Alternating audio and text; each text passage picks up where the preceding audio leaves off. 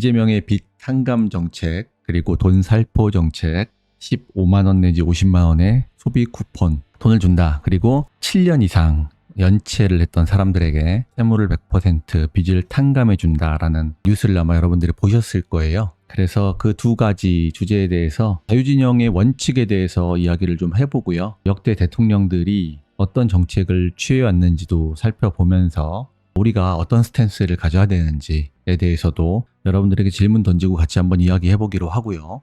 빚 탕감 정책이 새로운 건 아닙니다. 채무 조정 내지 채무 감면 정책이라고 해서 새로운 정부가 들어서면 언제나 취하던 정책이거든요. 그래서 이 정책 관련해서 역대 대통령들에 대해서도 함께 이야기를 해보도록 하겠습니다. 자유진영 우파의 어젠다가 주말마다 보통 집회를 할 때 보면은 완전하게 부정선거에 치우쳐 있는데 지금은 자유진영의 어젠다 세팅을 새로 해야 될 때다라고 생각을 하고 정치권이 진행하고 있는 어젠다에 맞춰서 그 여론을 좀 조성할 필요가 있다고 생각이 되거든요.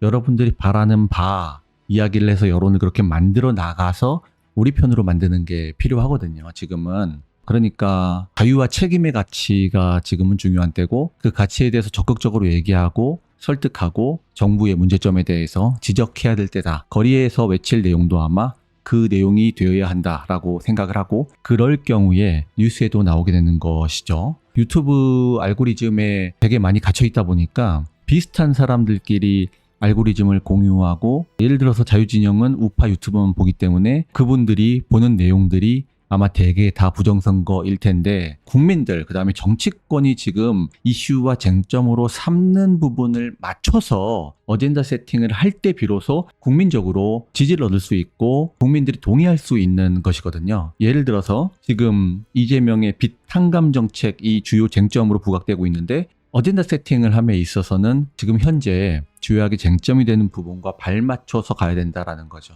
그러니까 여러분이 외치는 것과 함께 이 문제에 대해서 적극적으로 알려낼 수 있어야 된다 이렇게 생각을 하고 제가 역사를 통해서 왜 그런지에 대해서 설명을 드리겠습니다. 윤석열 대통령이 2022년에 취임하고 나서 지지율이 극적으로 떨어진 첫 번째 아젠다가 이 채무 조정의 문제였거든요. 이 채무 조정 문제에서 아젠다를 제대로 설정하고 국민들에게 올바르게 알렸어야 되는데 메시지 전달 방식에서도 실패했고 여론을 설득하는데도 실패했다는 거죠. 사실은 여러분들이 지금 지나고 나서 윤석열 대통령의 채무 조정 정책에 대해서 평가할 때는 완전히 다른 평가를 내릴 수 있을 겁니다.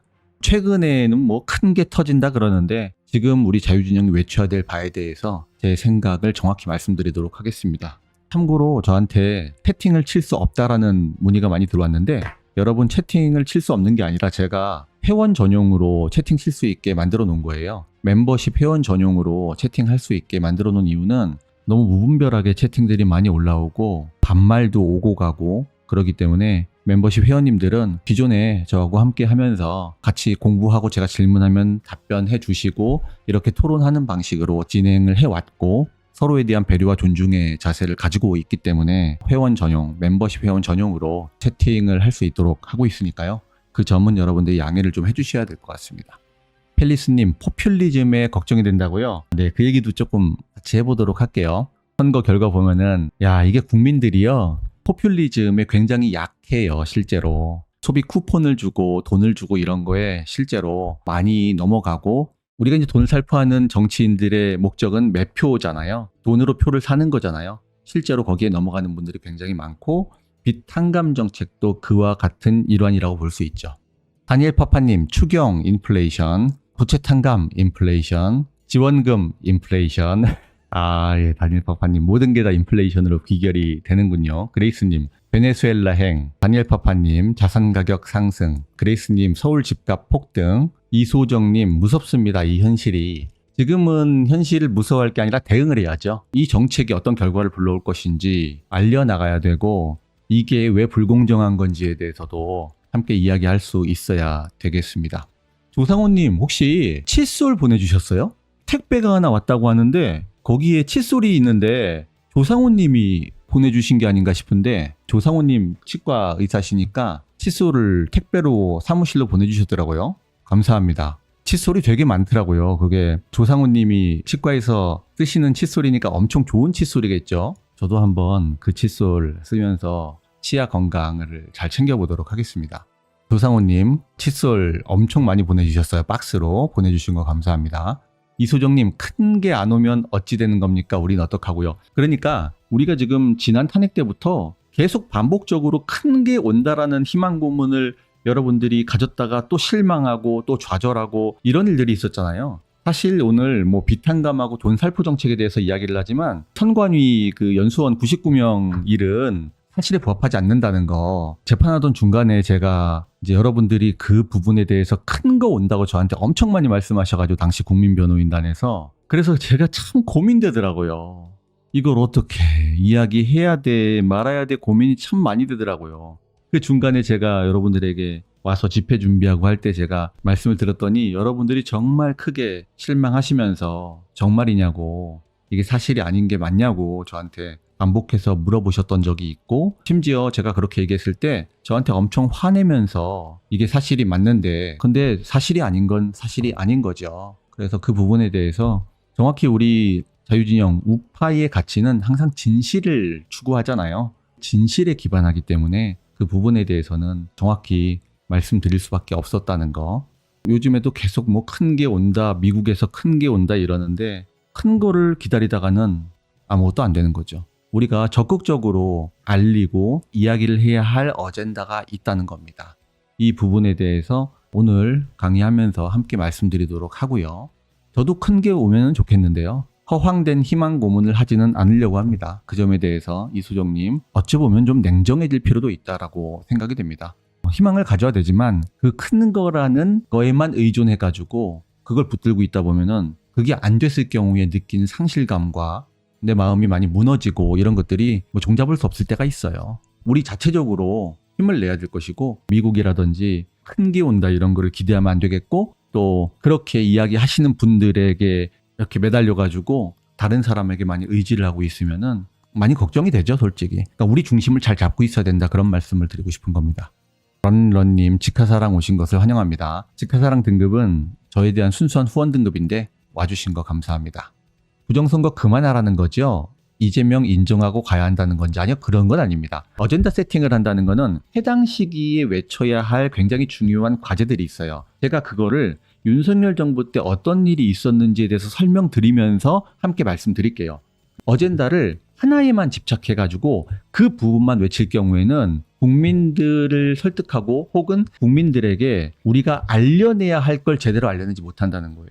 유튜브라는 알고리즘에 우리끼리 보는 알고리즘에 갇혀 있을 수도 있다는 말씀을 드리는 거거든요. 주요 방송 언론들을 보지 않고 우리 유튜브만 본다라는 분들이 굉장히 많아요. 근데 그랬을 경우에는 대중들은 유튜브만 보는 게 아니라 레거시 미디어를 굉장히 많이 보거든요. 그 뉴스를 네이버에서 보고 그 방송을 보고 그게 굉장히 우리한테 큰 영향을 미친다는 거예요. 그래서 언론과 방송의 역할이 필요합니다. 근데 우리가 외쳐야 할 거를 제대로 외치지 않고 쟁점이 되고 있는 거를 도외시한 채 완전히 다른 주제를 외치고 있다면은 이재명 정부가 잘못하고 있는 게 지금 있고 저는 그게 비탄감 정책이라고 생각하는 것이거든요. 윤석열 정부에서는 비탄감 정책 때문에 지지율이 급락을 했었던 역사적 경험이 있고요. 그거에 대해서 말씀드리면서 왜 이 어젠다 세팅이 중요한지를 제가 설명드린다는 이야기입니다. 거리에서 이걸 외치면은 방송에서 이거를 청년들이 외칩니다 하고서 촬영을 온다는 거죠. 그래서 노출이 되는 게 되게 중요하다는 거예요. 국민들에게. 그 어젠다를 가지고. 근데 거기서 부정선거만을 외치고 있을 경우에는 지금 우리가 좌파 진영의 잘못된 점을 비판하면서 국민들을 설득할 수 있는 시기를 놓쳐버린다는 거죠.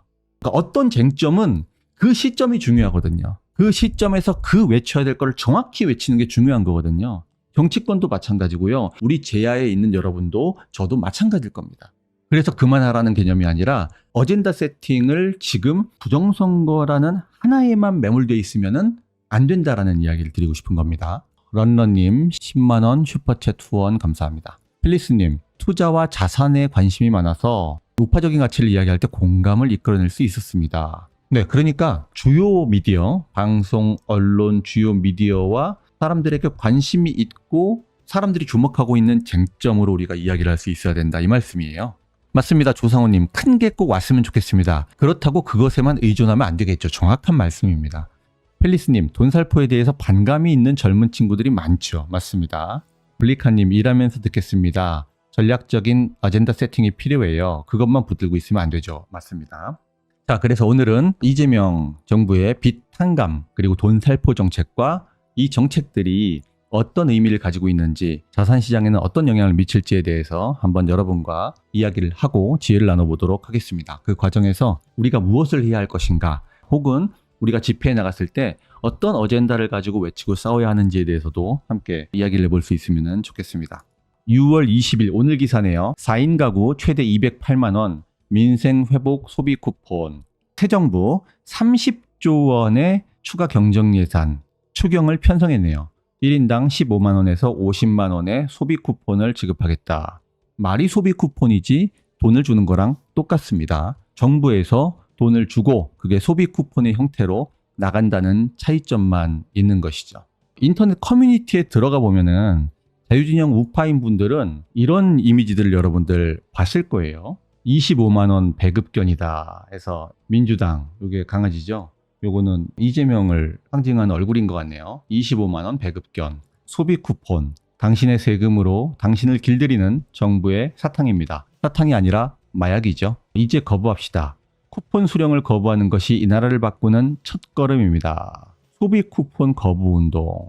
여러분 그 코로나 시기에 긴급 재난지원금 준다고 했을 때 거부 운동 하자라는 움직임이 마찬가지로 있었죠. 그리고 개돼지 정책이다라는 말이 그때도 있었습니다. 배급견이라고 하지만 돈 살포가 미치는 영향이 실로 굉장히 막대합니다. 여러분, 소비 쿠폰 거부 운동 하면은 소비 쿠폰을 안 받을까요? 재난지원금을 문재인 정부 때 준다고 했을 때도 이거를 거부하자라는 운동이 우파 진영 내에 있었죠. 근데요, 재난지원금을 사람들이 안 받았을까요? 재난지원금 자발적 기부율은 0.2%에 불과했고 재난지원금의 수령률은 99.1%에 달했습니다. 그래서 돈 살포가 미치는 영향이 굉장히 막대하다는 것이죠. 문재인 정부 때 2020년에 긴급 재난지원금을 줬을 때요, 1차 재난지원금은 14조 원이 살포가 되었는데 총선이 있기 보름 전에 발표가 되었죠. 문재인이 전 국민에게 지원하는 것이 아니라 저소득 계층부터 지급하겠다라는 방향으로 보름 전에 재난지원금을 지급하겠다고 발표를 했는데, 당시 민주당에서 총선 공약으로 우리가 총선에서 승리한다면은 전 국민에게 긴급 재난지원금을 드리겠습니다라고 공약을 했죠. 그래서 그게 총선 쟁점으로 부상했습니다. 당시에 문재인 정부 그리고 민주당은 여러분들에게 재난지원금을 주는 것은 경제를 회복시키는 길이다라고 이야기를 했고, 당시 황교안 대표가 이끌고 있던 미래통합당에서는 이거를 매표행위라고 했습니다. 돈으로 표를 사는 행위라고 비판을 한 것이죠. 굉장히 원칙적인 비판이 맞죠. 그런데 14조 원을 살포한다라는 공약을 냈을 때 국민들은 어떻게 반응했을까요? 국민들은 나도 돈을 받고 싶기 때문에 민주당을 실제로 찍었다는 겁니다. 그래서 2020년 총선에서 민주당이 압승을 하죠. 180석을 넘으면서 압승을 하게 됩니다. 그리고 미래통합당이 참패를 하면서 이제 황교안 대표가 물러나게 되는 것이죠. 사람들은 재난지원금을 받기 위해서 실제로 민주당에 투표를 했다라고 이야기를 했고, 그런 사람들이 굉장히 많았습니다. 이 당시의 선거의 공정성 문제는 논외로 하겠습니다. 많은 분들이 2020년 총선이 공정하게 진행된 것이 아니라 부정이 개입했다, 사전투표에서 부정이 있었다라고 이야기를 많이 하시고 선거의 공정성 문제를 많이 제기하시죠. 근데 제가 이거는 논외로 한다라고 말씀드렸습니다. 그래서 논외로 하는 김에 2024년 총선으로 한번 이야기를 해볼게요. 2024년 총선 서울 지역 사전투표와 당일투표의 득표율 차이. 더불어민주당은 보시다시피 사전투표에서 당일투표보다 10%가 넘는 득표를 기록했다는 것입니다. 사전투표에서 당일투표보다 10% 넘는 득표를 기록했다. 반면 국민의힘은 사전투표에서 본투표보다 마이너스 10% 정도 깎이는 득표율을 기록했다라는 거. 2024년 미국 대선과 상당히 유사하다라는 것을 보실 수 있을 겁니다. 2024년 미국 대선 버지니아주의 사전투표와 당일투표의 득표율 차이를 보겠습니다. 네, 해리스 후보, 민주당의 해리스 후보는 사전투표에서 본투표보다 5% 넘게 득표를 일관되게 한 거를 볼 수가 있죠. 도널드 트럼프 현 대통령입니다. 도널드 트럼프 후보는 사전투표에서 본투표보다 마이너스 5% 이상 뒤진다는 거를 알 수가 있습니다. 그래서 2024년 총선에서 우리나라에서 일어난 현상과 그 다음에 2024년 미국 대선, 해리스와 트럼프가 치렀던 미국 대선에서 발생한 현상들이 굉장히 유사하다는 거. 요거는 제가 데이터로 보여드리는 거고 여러분들에게 제가 어떤 특별한 이에 대한 논평을 하진 않겠습니다. 선거의 공정성 문제는 논외로 하고 2020년 총선에서 긴급 재난지원금을 지급하겠다는 공약이 굉장히 큰 파괴력을 가졌고 실제로 내가 민주당을 뽑아서 민주당이 당선되면은 모든 국민들이 돈을 받을 수 있기 때문에 찍었던 사람이 많았다라는 거. 그거를 여러분들도 잘 알고 계실 테고요. 실제로 민주당이 이기자 문재인 정부는 전 국민에게 긴급 재난지원금을 살포하게 되죠. 14조 3천억을 살포를 하게 됩니다. 그 이후에도 반복해서 2차, 3차, 4차 재난지원금들이 나갔었죠. 자, 문재인 정부는 이렇게 이야기를 했어요. 지금 이재명이 이야기하는 거랑 굉장히 비슷합니다. 이재명은 소비 쿠폰을 지급하면은 경제가 활성화된다고 하죠. 돈을 정부가 적극적으로 풀 때다라고 이야기를 하고 있습니다. 이재명은. 문재인도 똑같이 이야기했습니다. 이게 소득주도 성장이라는 것이죠. 불과 5년 전의 일이기 때문에 여러분도 다 기억이 나실 겁니다. 문재인, 정부가 돈을 풀어서 저성장을 탈출하겠다. 단지 재원 마련이 숙제다라는 헤드라인을 제가 가져왔고요. 자, 문재인이 이렇게 이야기를 했네요. 중하층 소득자들의 소득을 높여줘야 됩니다. 중하층 소득자들에게 돈을 줘야 된다는 거죠. 이렇게 되면은 혁신 성장과 포용적 성장이 일어납니다. 라고 했다라는 겁니다. 재원은 어떻게 마련했을까요? 당연히 문재인이 자기 예금 깨고 자기 집 팔아가지고 돈 주지 않죠. 당연히 나라의 돈으로 지급을 했는데 나라의 돈이라는 것은 바로 여러분들의 돈입니다. 자, 문재인 정부는 정부가 돈을 풀면은 성장할 수 있다. 이게 소득주도 성장이라는 개념이죠. 정부가 돈을 풀어가지고 사람들한테 돈을 쥐어주면 소득이 생기고 그 소득으로 인해 경제가 성장한다는 거예요. 그래서 문재인 정부가 2020년 1차 재난지원금부터 시작해서 총 8회에 걸쳐서 183조 원 규모의 확대 예산을 편성해가지고 돈을 살포를 하죠. 그 결과는 과연 소득주도 성장 이론에 따라서 경제가 성장했을까요? 183조가 어디서 나오나요? 나라의 곳간에서 나오는 건데 나라에서 돈이 하늘에서 떨어지나요? 전혀 그렇지 않다는 거죠. 결국 이게 다 빚이라는 겁니다. 그래서 문재인 정부는 역대 정권 중에 국가부채, 재정적자가 최악이 된 겁니다. 기사 보겠습니다. 2022년 기사입니다. IMF 위기 때보다 심각한 나라 곳간 2022년 예산, 문정부, 임기 말 역대급 돈풀기, 나라빚 1,000조 원 돌파. 여러분들 지금 이재명이 돈을 푸는 게 문재인이 돈을 풀었던 역사가 있기 때문에 그 역사를 우리가 보면은 앞으로 이재명이 펼칠 돈풀기 정책에 따라 어떤 일이 일어날지를 여러분이 알 수 있기 때문에 문재인 정부 때의 돈풀기 정책을 역사로부터 돌아보는 거예요. 그래야 우리가 현재를 진단하고 미래를 전망할 수 있지 않겠습니까? 자, 그래서 돈을 풀었다는 겁니다. 국가가 빚을 져가지고 재난지원금을 주고 돈을 적극적으로 살포했다는 거예요. 그러면은 소득주도 성장 이론에 따라서 국가의 경제가 성장하고 빈부격차가 완화되고 저소득층이 부자가 될 수 있을까요? 만약에 그렇게 해가지고 소득주도 성장에 따라서 여러분들이 모두 부자가 될 수 있다고 한다면은 183조가 뭡니까? 그냥 1,000조 한국은행에서 찍어가지고 여러분에게 주면 되는 거죠. 자, 기사 보겠습니다. 나랏돈 잔뜩 풀었어도 성장률 꼴찌. 주요국 중에 성장률이 꼴찌네요. 실패한 문재인 노믹스. 지니계수 20년 만에 IMF 수준. 문정부 성장도 분배도 놓쳤다. 분배도 안 된 거고 성장도 안 된 거예요.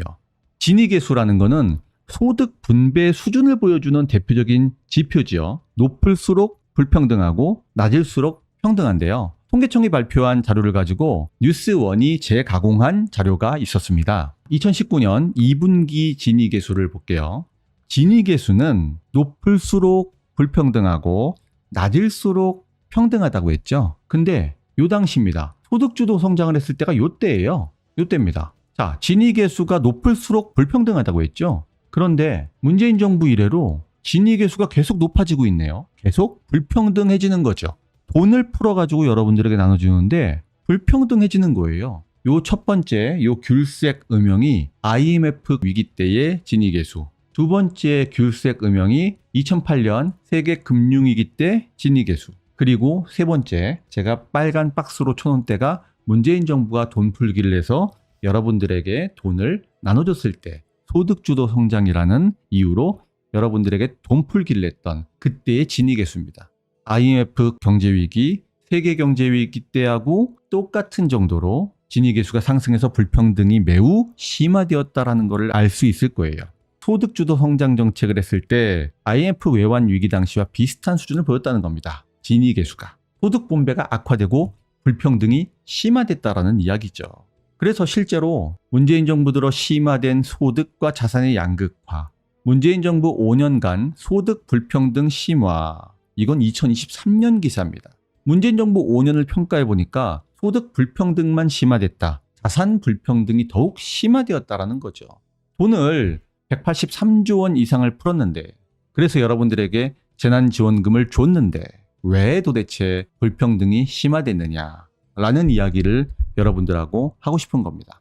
여러분들 잘 아시는 것처럼 현대 통화정책 시스템을 설계한 밀턴 프리드먼 교수님, 1976년 노벨 경제학상 수상자입니다. 경제학자지만 자유라는 가치를 수호한 자유의 수호자라고 불리는 분이죠. 인플레이션은 언제 어디서나 화폐적 현상이다라는 말로 유명합니다.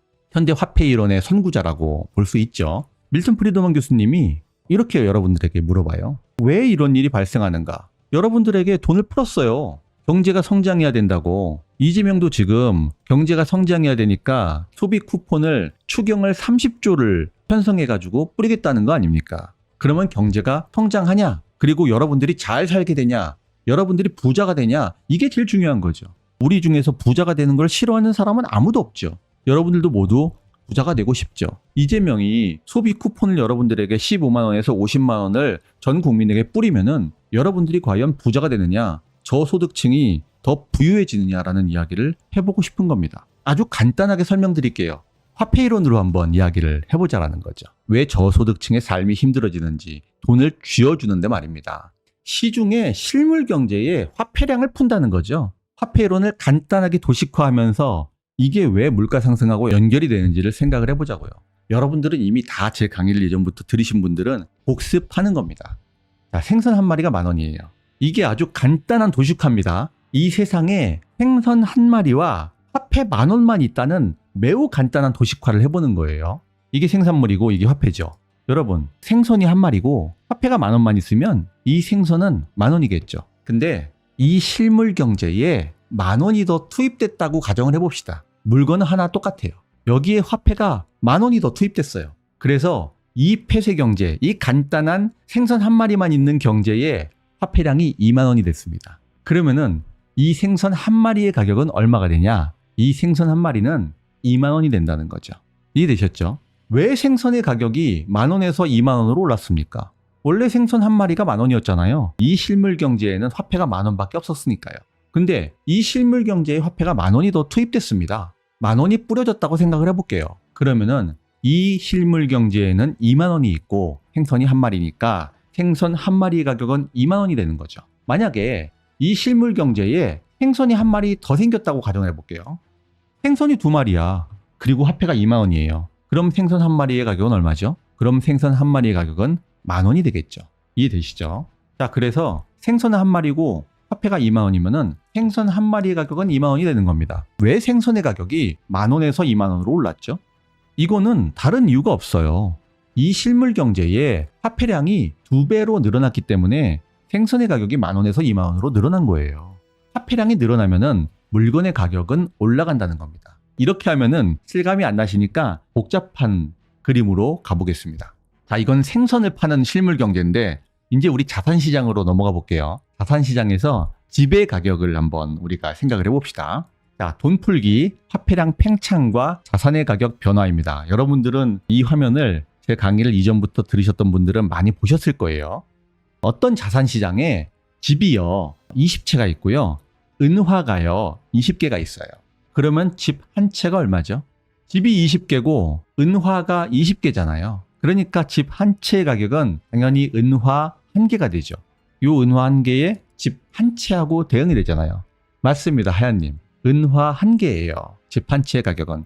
이 자산시장 경제에서 생각해 보자는 거죠. 자, 그러면 지금 이 상태에서요. 은화가 400개가 됐다고 가정을 합시다. 집은 그대로 20채야. 집은 그대로 20채인데 이 자산시장 경제에 기존에는 은화가 20개였는데 여기 은화가 380개가 더 투입됐어요. 돈이 뿌려졌다는 거예요. 그래서 은화가 400개가 됐어요. 그리고 집은 20채 그대로입니다. 그러면 집 한 채의 가격은 얼마죠? 하얀님 은화 20개, 지연님 은화 20개. 그쵸? 은화가 400개고 집이 20채니까 은화 400개를 집 20채로 나누면 되잖아요. 그러면 집 한 채는 은화 20개일 겁니다. 맞죠? 그러면은 집 한 채가 은화 1개였는데 집 한 채가 은화 20개로 집값이 20배가 올랐네요. 어떻게 된 거죠? 집값이 왜 은화 1개에서 은화 20개로 왜 집값이 오른 거죠? 그 이유는 간단하죠. 이 자산시장에 있는 화폐량이 은화 20개에서 은화 400개로 늘어났기 때문에 결국 집값이 은화 1개에서 은화 20개로 20배가 오른 거예요. 화폐량이 20배가 늘어났기 때문에 집값이 20배로 올랐다는 겁니다. 결국 자산의 가격이 오르는 인플레이션이 발생한 이유는 돈을 풀어서 화폐량이 증가했기 때문에 그런 거죠. 돈을 안 풀었으면은 그대로 집 한 채 가격은 은화 1개겠죠. 그런데 은화가 이렇게 많이 풀렸어요, 시중에. 그랬을 때 집값은 오른다는 겁니다. 결국 집값이 자산의 가격이 오른 이유는 시중에 돈을 풀어서 통화량, 화폐량이 늘어났기 때문이라는 거예요. 생선의 가격이 오른 것도 너무 간단하죠. 화폐량이 늘어나면 생선의 가격이 오르는 거예요. 시장 참가자들은 매우 현명합니다. 서울 아파트값 6년 9개월 만에 이재명이 집권을 하니까 최대폭으로 상승을 했네요. 시장 참가자들은 좌파 정부가 집권했을 때 이재명이 어떻게 행동할지 문재인 정권의 선례에서 이미 예측하고 미래를 전망하면서 행동한다는 겁니다. 그리고 20주 연속 상승했다는 것은 이미 시장의 플레이어들은 미래를 예측하고 움직이기 시작한다는 거죠. 조기 대선이 진행됐을 때는 이재명이 되겠구나 이렇게 예측을 하고 전망을 하면서 미래를 자신에게 더 유리한 방향으로 이끌어 나가기 위해서 행동한다는 겁니다. 시장 참가자들이 시장에서 보이는 모습을 보면 제일 정확하죠. 제가 그래서 집을 예로 들은 거예요. 아파트는 자산이죠. 표준화된 실물 자산이에요. 아파트는 다 똑같이 생겼잖아요. 표준화된 실물 자산, 대표적인 실물 자산이라고 하면 아파트를 이야기를 하는 거죠. 6년 9개월 만에 최대폭 상승한 거는 시장 참가자들의 전망과 예측을 보여주는 겁니다. 그렇게 될 것이다 라는 거죠. 그리고 정확하게 시장 참가자들이 예상한 대로 이재명 좌파 정부는 30조 추경을 했다는 거죠. 30조의 통화량을 시중에 푼다는 겁니다. 시중에 30조의 돈이 풀리면은 그 돈은 30조에 머무르는 게 아니에요. 제가 나중에 설명드릴 일이 있겠지만 대출로 이 본원 통화량이 훨씬 더 팽창됩니다. 여튼 아주 쉽게 생각해서 이 새 정부가 시장에 돈을 30조 원을 일시적으로 이 가을에 푼다고 생각을 하시면 되는 거예요. 그럼 시중에 돈이 풀렸죠. 시중에 돈이 풀리면 뭐라고 했죠? 물가가 오르는 거죠. 물건의 가격이 오르는 거예요. 아파트만 그런가요? 주가지수, 코스피 종합 오늘 3천을 돌파했더라고요. 주식에 투자하는 사람들도 똑같은 전망을 하는 겁니다. 아, 이 정부는 시중에 화폐를 풀어 시중에 돈을 마구 풀 거야. 그러니까 자산의 가격은 올라라고 생각을 한다는 거죠. 코스피 종합 주식이 왜 오르나요? 화폐가 들어오니까 오르는 거 아닙니까? 주식시장에 화폐가 들어오는 걸 뭐라고 하죠? 거래대금이라고 하죠. 주식시장으로 투입되는 풀리는 돈을 우리는 거래대금이라고 이야기하죠. 2025년 6월 9일 기사네요. 주식시장 거래대금 2년 내 최대. 이재명 정부 첫날이던 지난 4일 하루 거래대금은 26조가 들어왔네요. 조기 대선 직전 거래일보다 7조 원이나 늘었다. 시장으로 거래대금, 돈이 들어오는 거예요. 7조가 더 들어오잖아요. 그러면 당연히 돈이 들어오니까 주식 하나하나를 개별 자산이라고 보는 거죠. 그 주식들이 모두 모인 게 지수로 나타난 데이터가 코스피 종합지수인 거고요. 화폐가 들어오면 자산의 값, 물건의 값은 오르는 거예요. 2023년 코스피 시장에 거래대금이 30조였는데 446일 만에 가장 큰 규모의 수급을 기록했다. 440일 만에 가장 큰 돈이 들어와서 자산의 가격을 올렸다라는 거죠. 화폐가 들어오면 자산의 가격은 오르죠. 물건의 값은 오릅니다.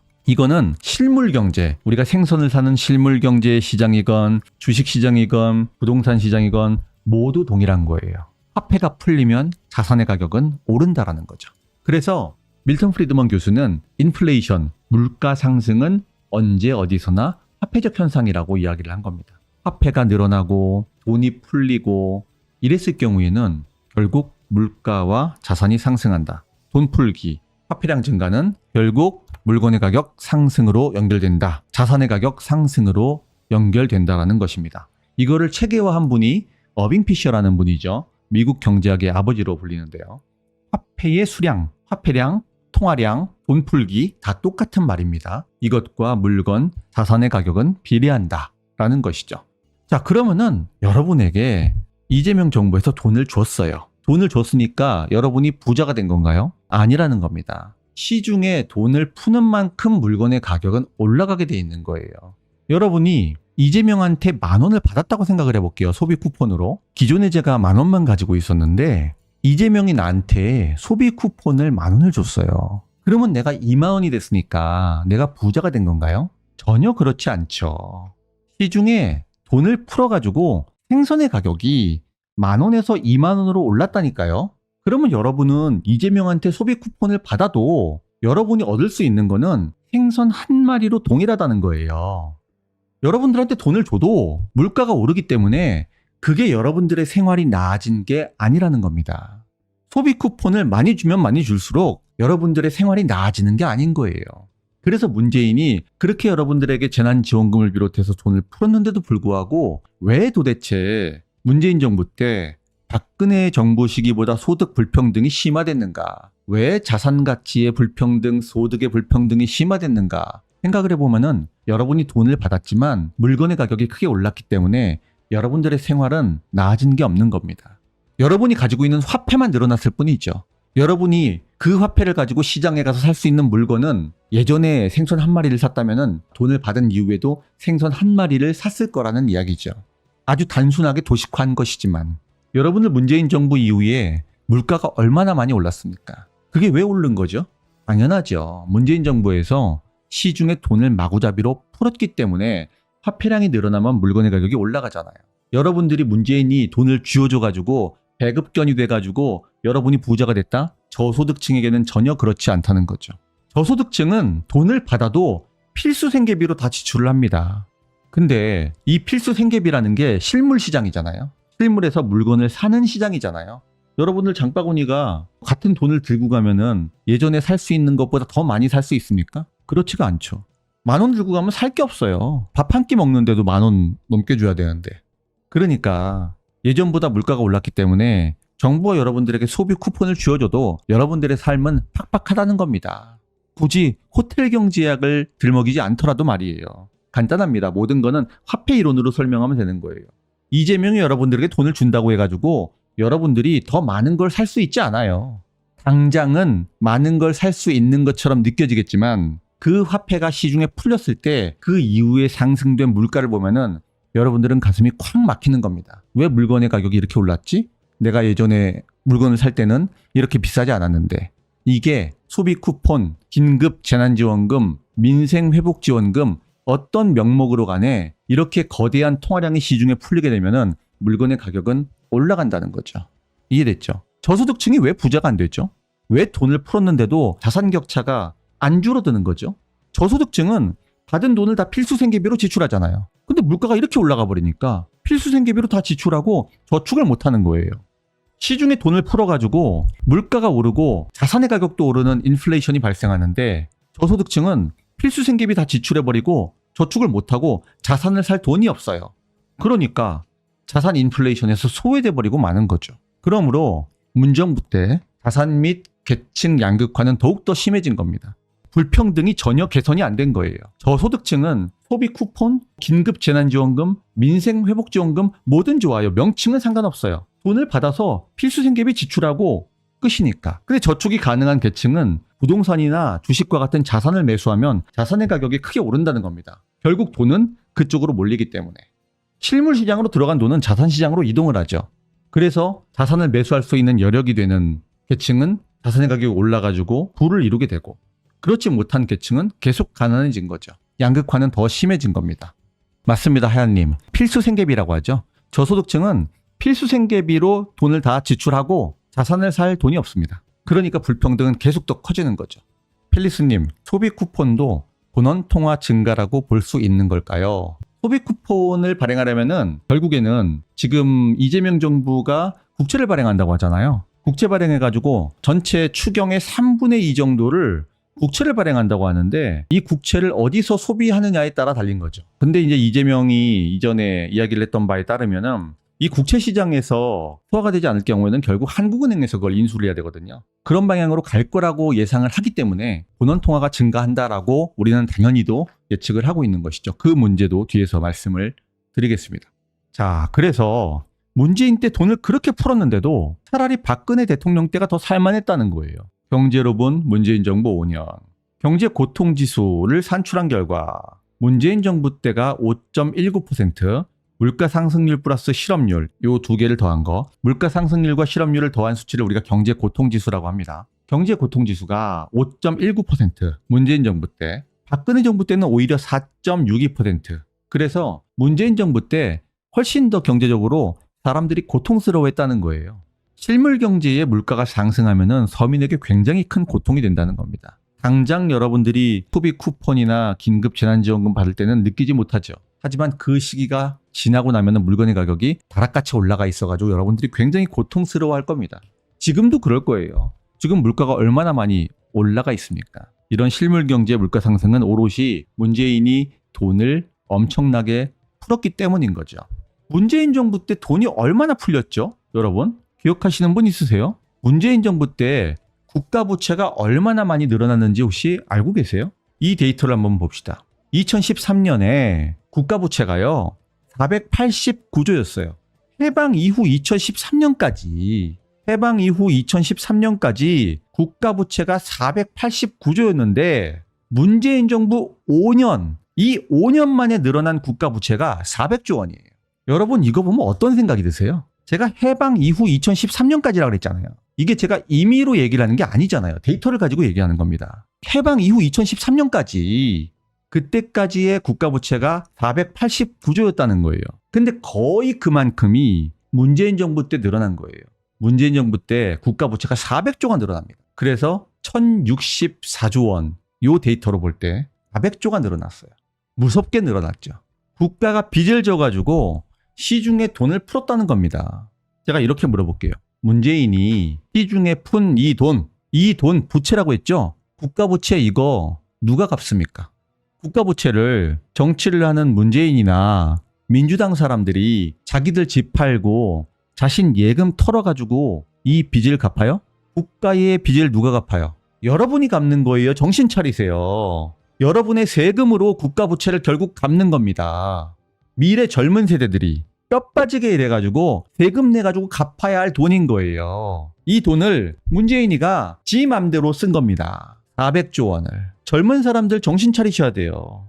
20, 30대가 다행히도 이번에 대선 결과를 보니까 우파 진영을 지지하는 남성들이 많더라고요. 이재명을 안 찍더라고요. 근데 20, 30대 여성분들은 민주당 좌파를 굉장히 많이 찍더라고요. 그래서 20, 30대 여성들은 제가 이렇게 말씀드린다고 속상해하지 말고 미래에 어마어마하게 허리띠를 졸라매고 이 좌파 정부에서 늘린 빚들을 갚아 나가셔야 될 겁니다. 여러분들의 세금으로 갚는 거예요. 정치인들이 쓰는 돈은 모두 여러분들의 세금이에요. 여러분들이 미래에 갚아야 될 세금이에요. 국가 부채가 늘어날수록 이재명이 소비 쿠폰을 뿌릴수록 그 돈은 여러분들이 주머니에서 낸다라는 거, 그거 분명하게 인식하시기 바랍니다. 그리고 이재명 좌파 정부를 지지할지 여부를 여러분들이 생각을 하시면 될 겁니다. 자, 이렇게 부채를 늘려가지고 시중의 통화량을 늘리니까 돈을 풀면 물건의 가격, 자산의 가격이 올라가겠어요? 안 올라가겠어요? 올라간다 그랬잖아요. 그게 올라가면은 서민의 삶이 엄청 힘들어지죠. 젊은 사람들은 자산 가격이 오르는 걸 보고 박탈감이 너무 심해지죠. 근데 문재인 정부가 얼마나 많은 비판을 받았습니까? 그래서 윤석열 정부로 교체된 거 아니겠어요? 문재인이 어떻게 했죠? 소득주도 성장한다고 재난지원금을 뿌리는데도 불평등이 나아지질 않아. 계속 소득 분배는 악화되기만 해. 자산 격차는 커지기만 해. 그러니까 부동산 통계, 소득 통계, 노동 통계를 모두 조작을 했죠. 이거를 감사원이 밝혀냈죠. 문재인 정부의 주택가격, 소득, 고용, 노동 통계 모두 다 조작을 했죠. 이거를 감사원이 다 밝혀냈죠. 그래서 민주당이 어떻게 했죠? 감사원장을 탄핵했죠. 감사하지 말라는 거죠. 사실 감사원장을 탄핵한 이유는 그 문재인이 사드 배치 지연, 사드 배치에 대한 국가 기밀 정보를 중국에 넘겼기 때문에 감사원장이 감사를 하고 있던 거를 민주당에서 알고 탄핵을 한 거죠. 이거는 탄핵 과정에서 여러분들도 보셨을 것이고요.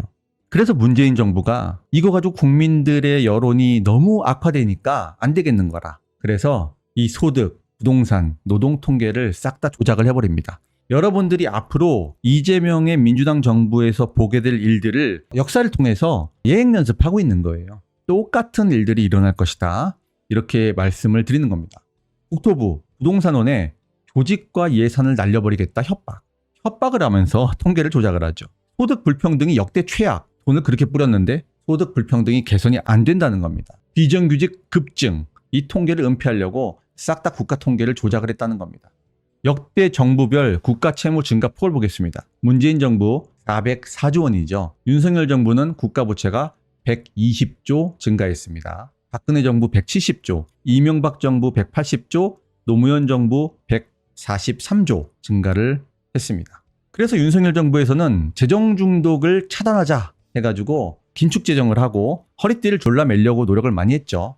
이 아래에 있는 데이터 한번 볼게요. 2025년 연도별 국고채 발행, 국고채는 국채죠. 국채 발행이 2025년에 이렇게 늘어날 거라는 말입니다. 226조 원 이렇게 늘어날 것이다. 6월 19일 기사네요. 20조 국채 발행 불가피, 국가 채무가 1,300조 원을 넘어설 듯. 정부는 30조 추경 지원 중 20조를 국채를 발행해서 마련하기로 했다라는 것입니다. 국채라는 게 뭐죠? 국가의 채무. 여러분들이 이해하기 쉽게 국가의 채무라고 제가 설명드릴게요. 국채는 국가의 채무입니다. 자, 20조 국채를 발행해요. 나라 빚이 이제 1,300조를 넘는다고 합니다. 이 빚은 여러분들이 갚는 거고 특히 젊은 분들이 갚아 나갈 돈이라는 거 명심하시기 바랍니다. 젊은 분들의 세금으로 싹 다 갚는 거예요. 지금 이재명이 선의로 마치 좋은 일을 하는 것처럼 사람들에게 돈을 나눠주는 것처럼 행세를 하지만 그 돈은 모두 여러분들의 주머니에서 나가게 된다는 거 지금은 체감이 안 되실 겁니다. 20, 30대 여성분들 추후에 좌파 정부들이 한 일 때문에 여러분들의 주머니가 얼마나 털리는지를 체감을 하신다면은 아마 그때는 이재명을 뽑은 거를 후회하시게 될 겁니다. 국채는 빌리는 돈이에요. 반드시 갚아야 됩니다. 여러분이 세금으로 갚습니다. 근로소득세로 갚고요. 주식에도 세금이 매겨지겠죠. 그리고 부동산에도 세금이 매겨질 겁니다. 여러분들의 각종 세금으로 갚는 것이다 생각하시면 되겠습니다. 제가 아까 우리 펠리스님 질문한 것과 관련해서 제가 2021년 1월 25일 기사를 가져왔어요. 이 민주당과 이재명 정부는 어떤 일을 할 수 있는 놈들이냐면요. 자, 보세요. 국채를 발행합니다. 그리고 한국은행한테 이 국채를 사라고 합니다. 이게 바로 부채의 화폐화라는 거예요. 2020년 강의에 제가 한번 강의한 적이 있어요. 부채의 화폐화. 국채를 발행한 부채를 모두 다 본원통화로 만들어버리는 거예요. 그럼 그 본원통화로부터 많은 신용화폐들이 창출되죠. 어떤 일이 벌어질 건지 우리가 예측을 해볼 수 있다는 겁니다. 2021년 1월 25일 한국은행에 국채를 사들이라고 하는 여당, 당시 민주당입니다.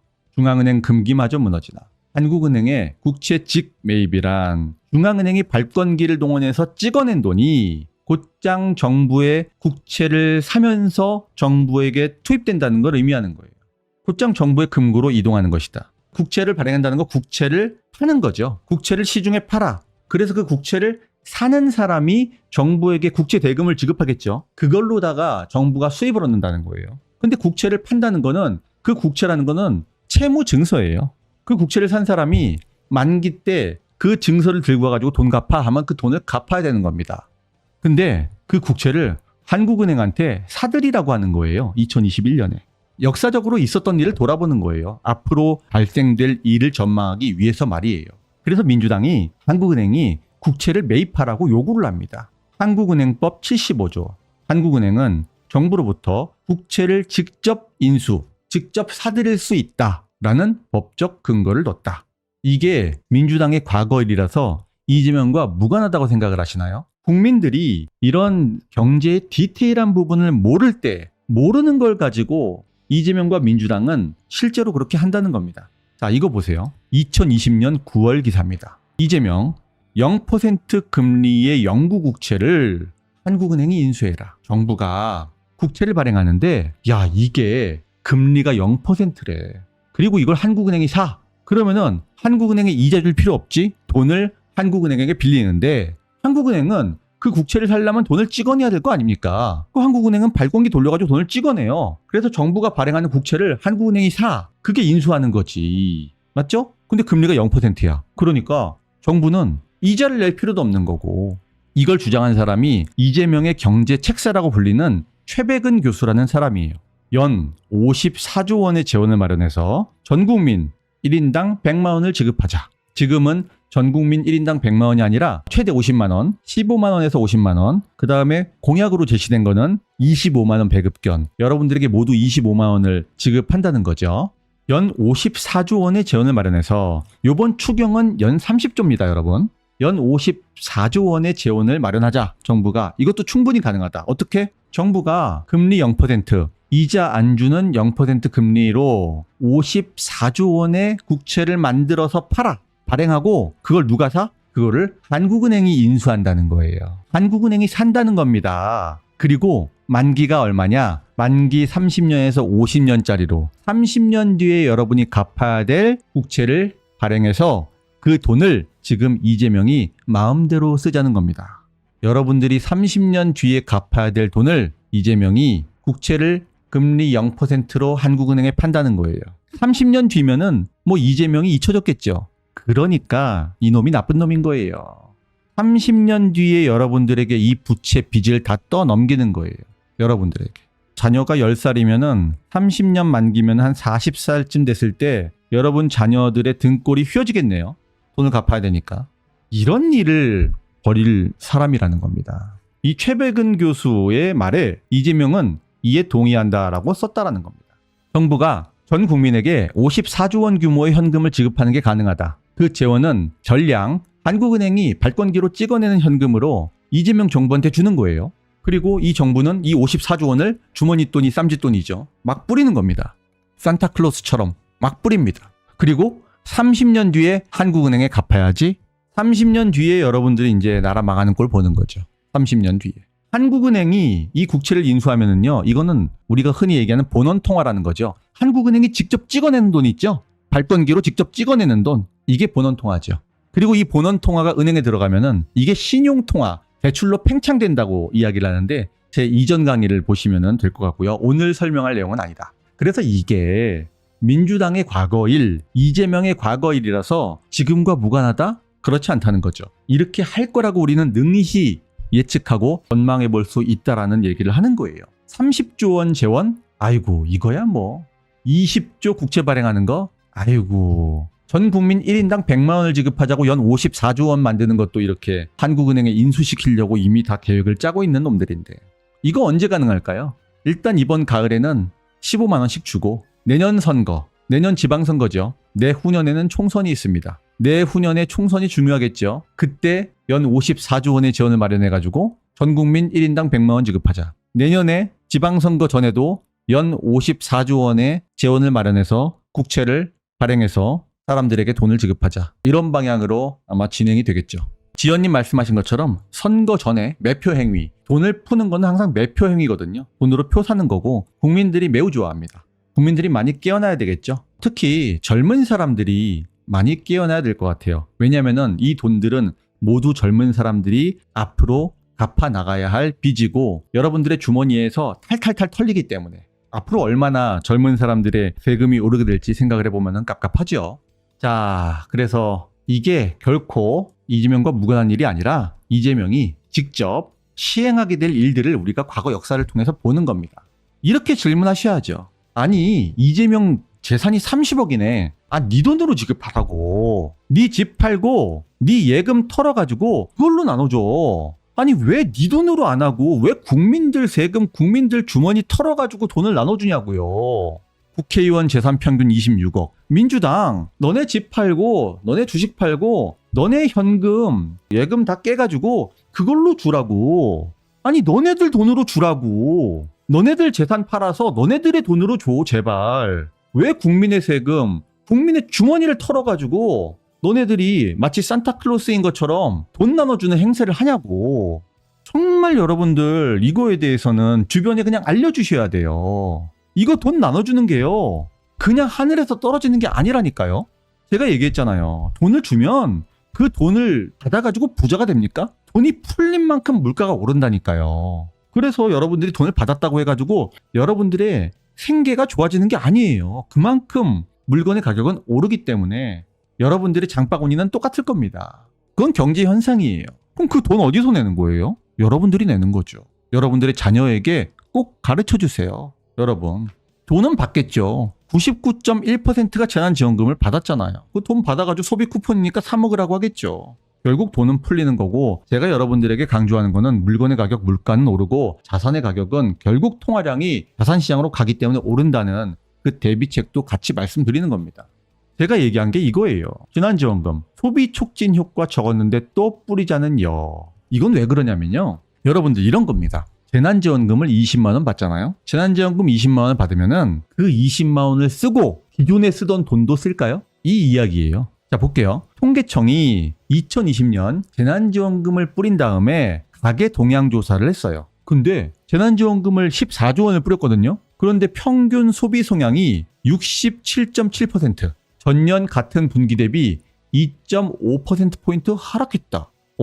왜 소비 성향이 더 늘어나지 않았지? 그러니까 여러분들이 25만 원을 받았으면은 여러분들이 원래 쓰던 25만 원에 더해서 25만 원을 더 쓰는 게 아니라 이 소비 쿠폰으로 25만 원을 쓰고 기존에 내가 가지고 있던 25만 원은 안 쓰는 거예요.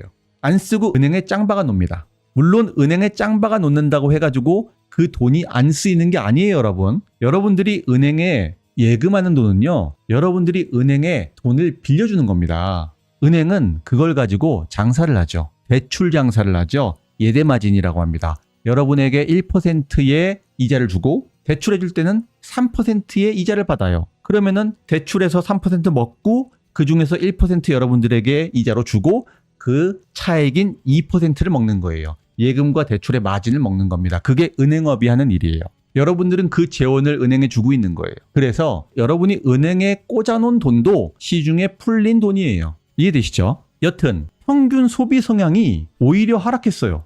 야, 이상하다. 돈이 그만큼 더 많이 우리에게 들어왔는데 그럼 내가 돈을 더 써야 되는 거 아니야? 아니죠. 하얀님이 원래 25만 원을 쓰려고 했어요.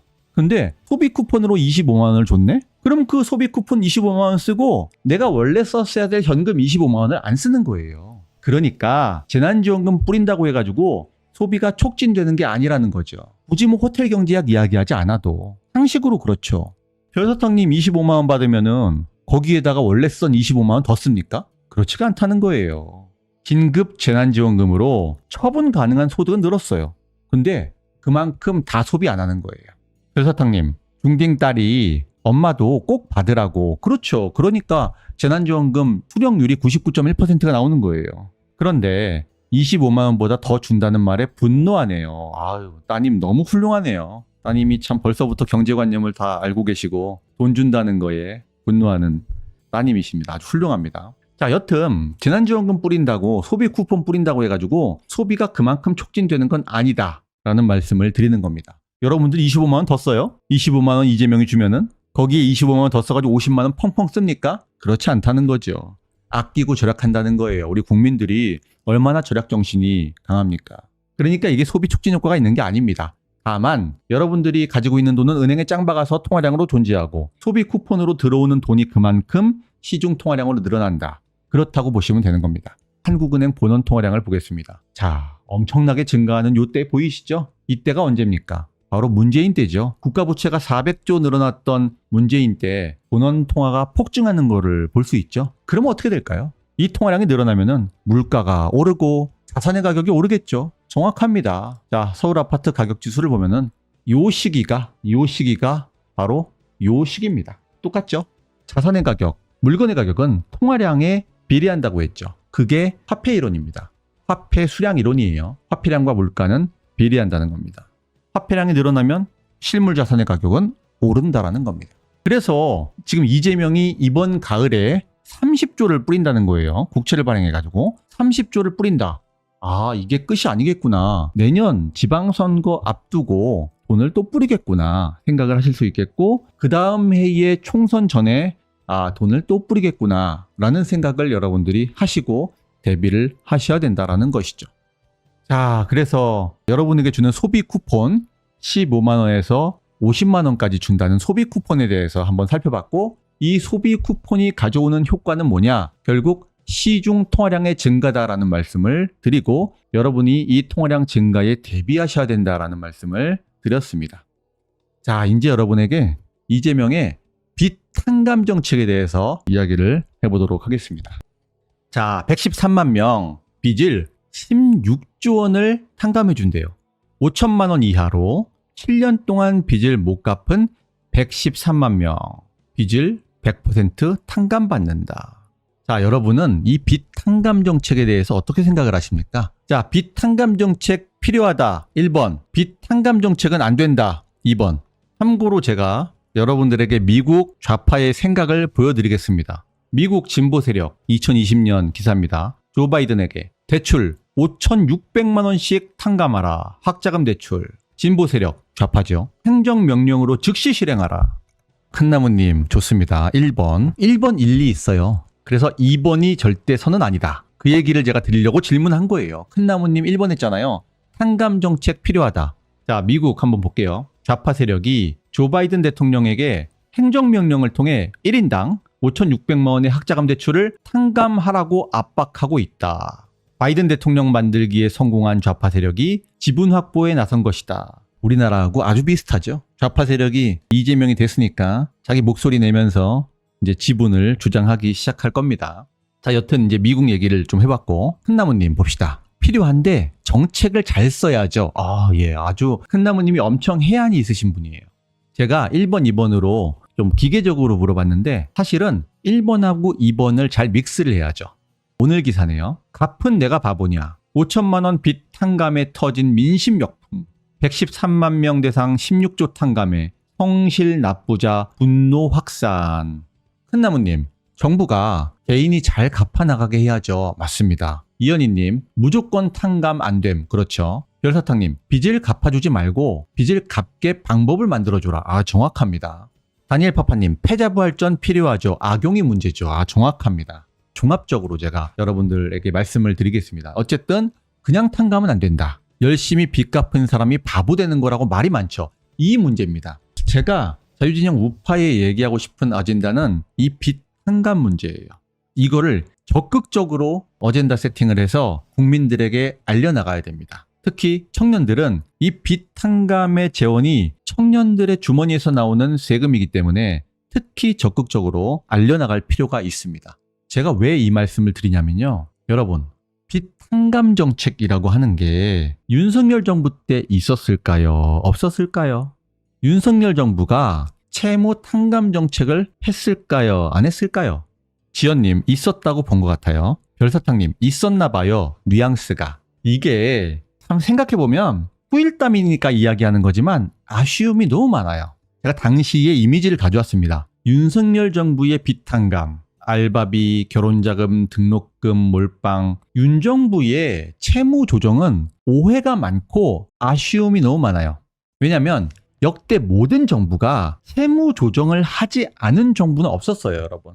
채무 조정은 필요합니다. 그래서 제가 이 주제를 가지고 자유진영의 원칙과 가치를 세워야 되고, 또 우리가 이 문제를 가지고 지금 현 시점에서 어떻게 대응하고 이재명 정부의 문제라고 알려나갈지, 이거에 대해서 여러분하고 한번 토의해보자는 거예요. 자유진영은 빚 탕감 문제를 일단 전면에 놓고 적극적으로 알려나가야 됩니다. 이건 굉장히 중요해요. 지금 이 문제가 엄청 큰 쟁점입니다. 왜냐면은 이 쟁점으로 박살난 사람이 윤석열이기 때문에 그래요. 웃기죠? 윤석열이라는 사람은 자유시장 경제, 자유와 책임의 가치를 중시하는 사람인데 이 문제로 왜 윤석열이 박살났지? 박살났습니다. 자, 윤석열 정부 때 어떤 일이 있었는지 제가 설명을 해드릴게요. 윤석열 정부가 2022년에 들어섰는데요. 자, 2022년 6월 윤석열 대통령 지지율이 46.6이었어요. 그런데 7월에 윤석열 대통령의 지지율이 33%로 폭락을 하게 됩니다. 이때가 첫 번째 분수령이었어요. 빚 탕감이라는 표현을 써서는 안 됐습니다. 실제로 빚 탕감 정책도 아니었고요. 자, 빚 갚는 사람은 바보냐? 윤석열 빚 탕감 정책에 이들이 등 돌렸는데 이들이 누구냐면 바로 2030 청년들이에요. 채무 조정은 원금을 탕감해 주겠다고 한 게 아니었습니다. 채무에 대해서 장기로 상환할 수 있도록 해준다든지 이자를 일부 지원해 주겠다는 의미였어요. 원금 탕감이 아니었다고요. 근데 이거를 언론에서 좌파 언론도 마찬가지로 이 문제를 가지고 윤석열 대통령을 공격을 하기 시작합니다. 빚 탕감 정책이라고. 빚 탕감 정책이 아닙니다. 빚 탕감 정책은 좌파의 정책이에요. 우파의 정책은 빚 탕감이 아니라 채무 조정이에요. 기사 읽어보겠습니다. 해당 정책이 발표된 직후 그동안 성실하게 빚을 갚아온 시민들이 이번 정책으로 심리적 타격을 받을 수 있다. 2030 사이에 이 문제가 엄청나게 이슈가 되면서 윤석열은 자유진영의 책임을 강조하고 자유를 강조하는 대통령이 아니라는 소문이 엄청나게 널리 퍼졌고 좌파 매체들이 빚 탕감 정책이라고 때리고 또 때렸습니다. 이거를 당시에 가장 세게 때린 데가 JTBC예요. 그래서 2030 청년들한테 윤석열이 빚 탕감 정책을 펼친다는 이런 어젠다가 그 당시에 언론을 완전히 뒤덮어버리고 2030 사이에 윤석열이 우리가 찍어줬는데 빚을 탕감해 준다고 하면서 등을 돌렸다는 겁니다. 빚 안 갚고 버티면 탕감해 준다고? 그래서 윤석열 대통령의 지지율이 46.6에서 33으로 폭락을 합니다. 여기서 33이면 국정 동력이 한번 확 꺾인 거죠. 제가 왜 이야기를 하는지 뒤에서 구체적으로 데이터로 설명드릴게요. 그래서 제가 오해와 아쉬움이 너무 많다는 거예요. 빚 탕감, 100% 빚 탕감, 이재명이 역대 최대 규모로 이걸 여러분들이 강조하고 적극적으로 댓글 주변에 알리고 또 알려야 됩니다. 제가 역사적으로 한번 이야기를 해볼 테니까 같이 한번 살펴보자고요. 자유진영이 가져야 될 가치에 대해서 먼저 이야기를 해보죠. 여러분들, 이 채무를 탕감해 준다는 대상이 저소득층이에요. 그리고 소상공인들입니다. 채무를 계속 연체하고 있는 저소득층 소상공인들이에요. 제가 아까 여러분들에게 이렇게 물어봤죠. 채무 탕감 필요한가? 라고 물어봤죠. 여러분들은 채무 탕감이 대체적으로 안 된다는 거죠. 채무 탕감의 의미는 100% 탕감이에요. 우리는 조정이라는 표현을 씁니다. 그래서 채무 조정. 1번 하셨던 큰나무님 계셨죠? 채무 조정해줘야 된다고. 아주 정확합니다. 자유진영의 가치는 기회평등이라는 말을 합니다. 평등이라는 가치를 얘기할 때 좌파는 결과적 평등이에요. 여러분이 열심히 노력해서 번 돈을 세금을 빼앗아서 전 국민에게 나눠주자. 혹은 열심히 일 안 하는 사람에게 나눠주자. 그래서 똑같은 결과를 만들자. 그게 결과적 평등이죠. 반면 자유진영은 결과적 평등이 아닙니다. 우파는 기회의 평등이죠. 기회. 실패한 사람도 다시 일어서서 동일한 기회를 얻을 수 있게, 다시 재기할 수 있게 기회를 부여해 주자. 이런 측면에서 기회의 평등이라는 표현을 씁니다. 그래서 쓰러진 사람에게 채무를 조정해주는 정책이 결코 우파의 가치에 반하는 게 아니에요. 평등이라는 가치가 우파에서 배제되지 않는다는 거죠. 기회의 평등입니다. 실패하고 쓰러진 사람도 다시 일어나서 재기할 수 있도록 손을 잡아주고 함께 이끌어줘야 되는 거죠. 그 과정에서 우리가 도와야 되는 겁니다. 여러분들도 실패할 수 있고 저도 실패할 수 있는 거죠. 수많은 변수들이 있죠. 운도 작용할 거고요. 우리가 쓰러지고 실패할 수 있다는 겁니다. 그랬을 때 여러분을 버리면 안 되는 거예요. 우리가 함께 연대해서 윤 대통령이 연대라는 가치를 이야기를 했죠. 나의 자유도 중요하지만 상대방의 자유도 중요하다. 그래서 이 사람의 자유를 확장해주는 개념은 이 사람이 경제적으로 다시 일어설 수 있게 돕는 거예요. 그 역할을 국가가 하고 우리는 거기에 세금을 내죠. 채무의 늪에 빠져서 쓰러진 성실한 사람들에게 재기할 수 있는 기회의 평등을 우리가 마련해 줘야 된다는 겁니다. 그런 측면에서 채무의 조정은 필요하다. 이렇게 우파는 이야기를 하죠. 그래서 우파의 가치가 야 너네 대출 받아가지고 사업 실패하고 사업 실패해서 쫄랑 망했으니까 그 책임은 네가 져야지. 너는 노숙자가 돼. 너는 절대로 국가가 대신 빚을 갚아주면 안 돼의 개념은 아니라는 거죠. 세무 조정이라는 표현을 쓰죠. 그래서 우파에는. 맞습니다. 하연님. 우파에는 연대의 가치가 있어요. 이거를 윤 대통령이 적극적으로 얘기했죠. 자유를 확장시키는 개념의 연대라고 이야기를 합니다. 자유, 법치, 연대 이렇게 이야기하죠. 이 사람의 자유를 확장시켜주기 위해서 우리가 손을 잡아야 된다는 거죠. 자유를 확장시킨다는 거는 이 사람이 다시 동일한 출발선에 서가지고 힘을 낼 수 있게 그 평등한 기회를 부여해주는 거죠. 스타트 라인에 다시 설 수 있는 기회를 부여해주는 거. 이 기회 평등은 자유 확장과 연결돼 있다는 겁니다. 이 성실한 사람들에게 재기할 수 있는 기회를 마련해 줘야 된다는 거예요. 그래서 좌파의 채무 탕감 정책은 100% 탕감이에요. 그래서 탕감이라는 표현을 쓰죠. 그런데 우파는 채무 조정이라는 표현을 씁니다. 빚 탕감은 버티면 국가가 갚아준다는 도덕적 해이, 이 해이가 만연하므로 야, 내가 5천만 원 빌리고 5년만 버티면 되겠네. 7년만 버티면 되겠네. 그러면 국가가 100% 빚을 탕감해 준대. 그러면 돈 빌리고 안 갚고서 7년 버티면 되는 거예요. 이거 되겠습니까?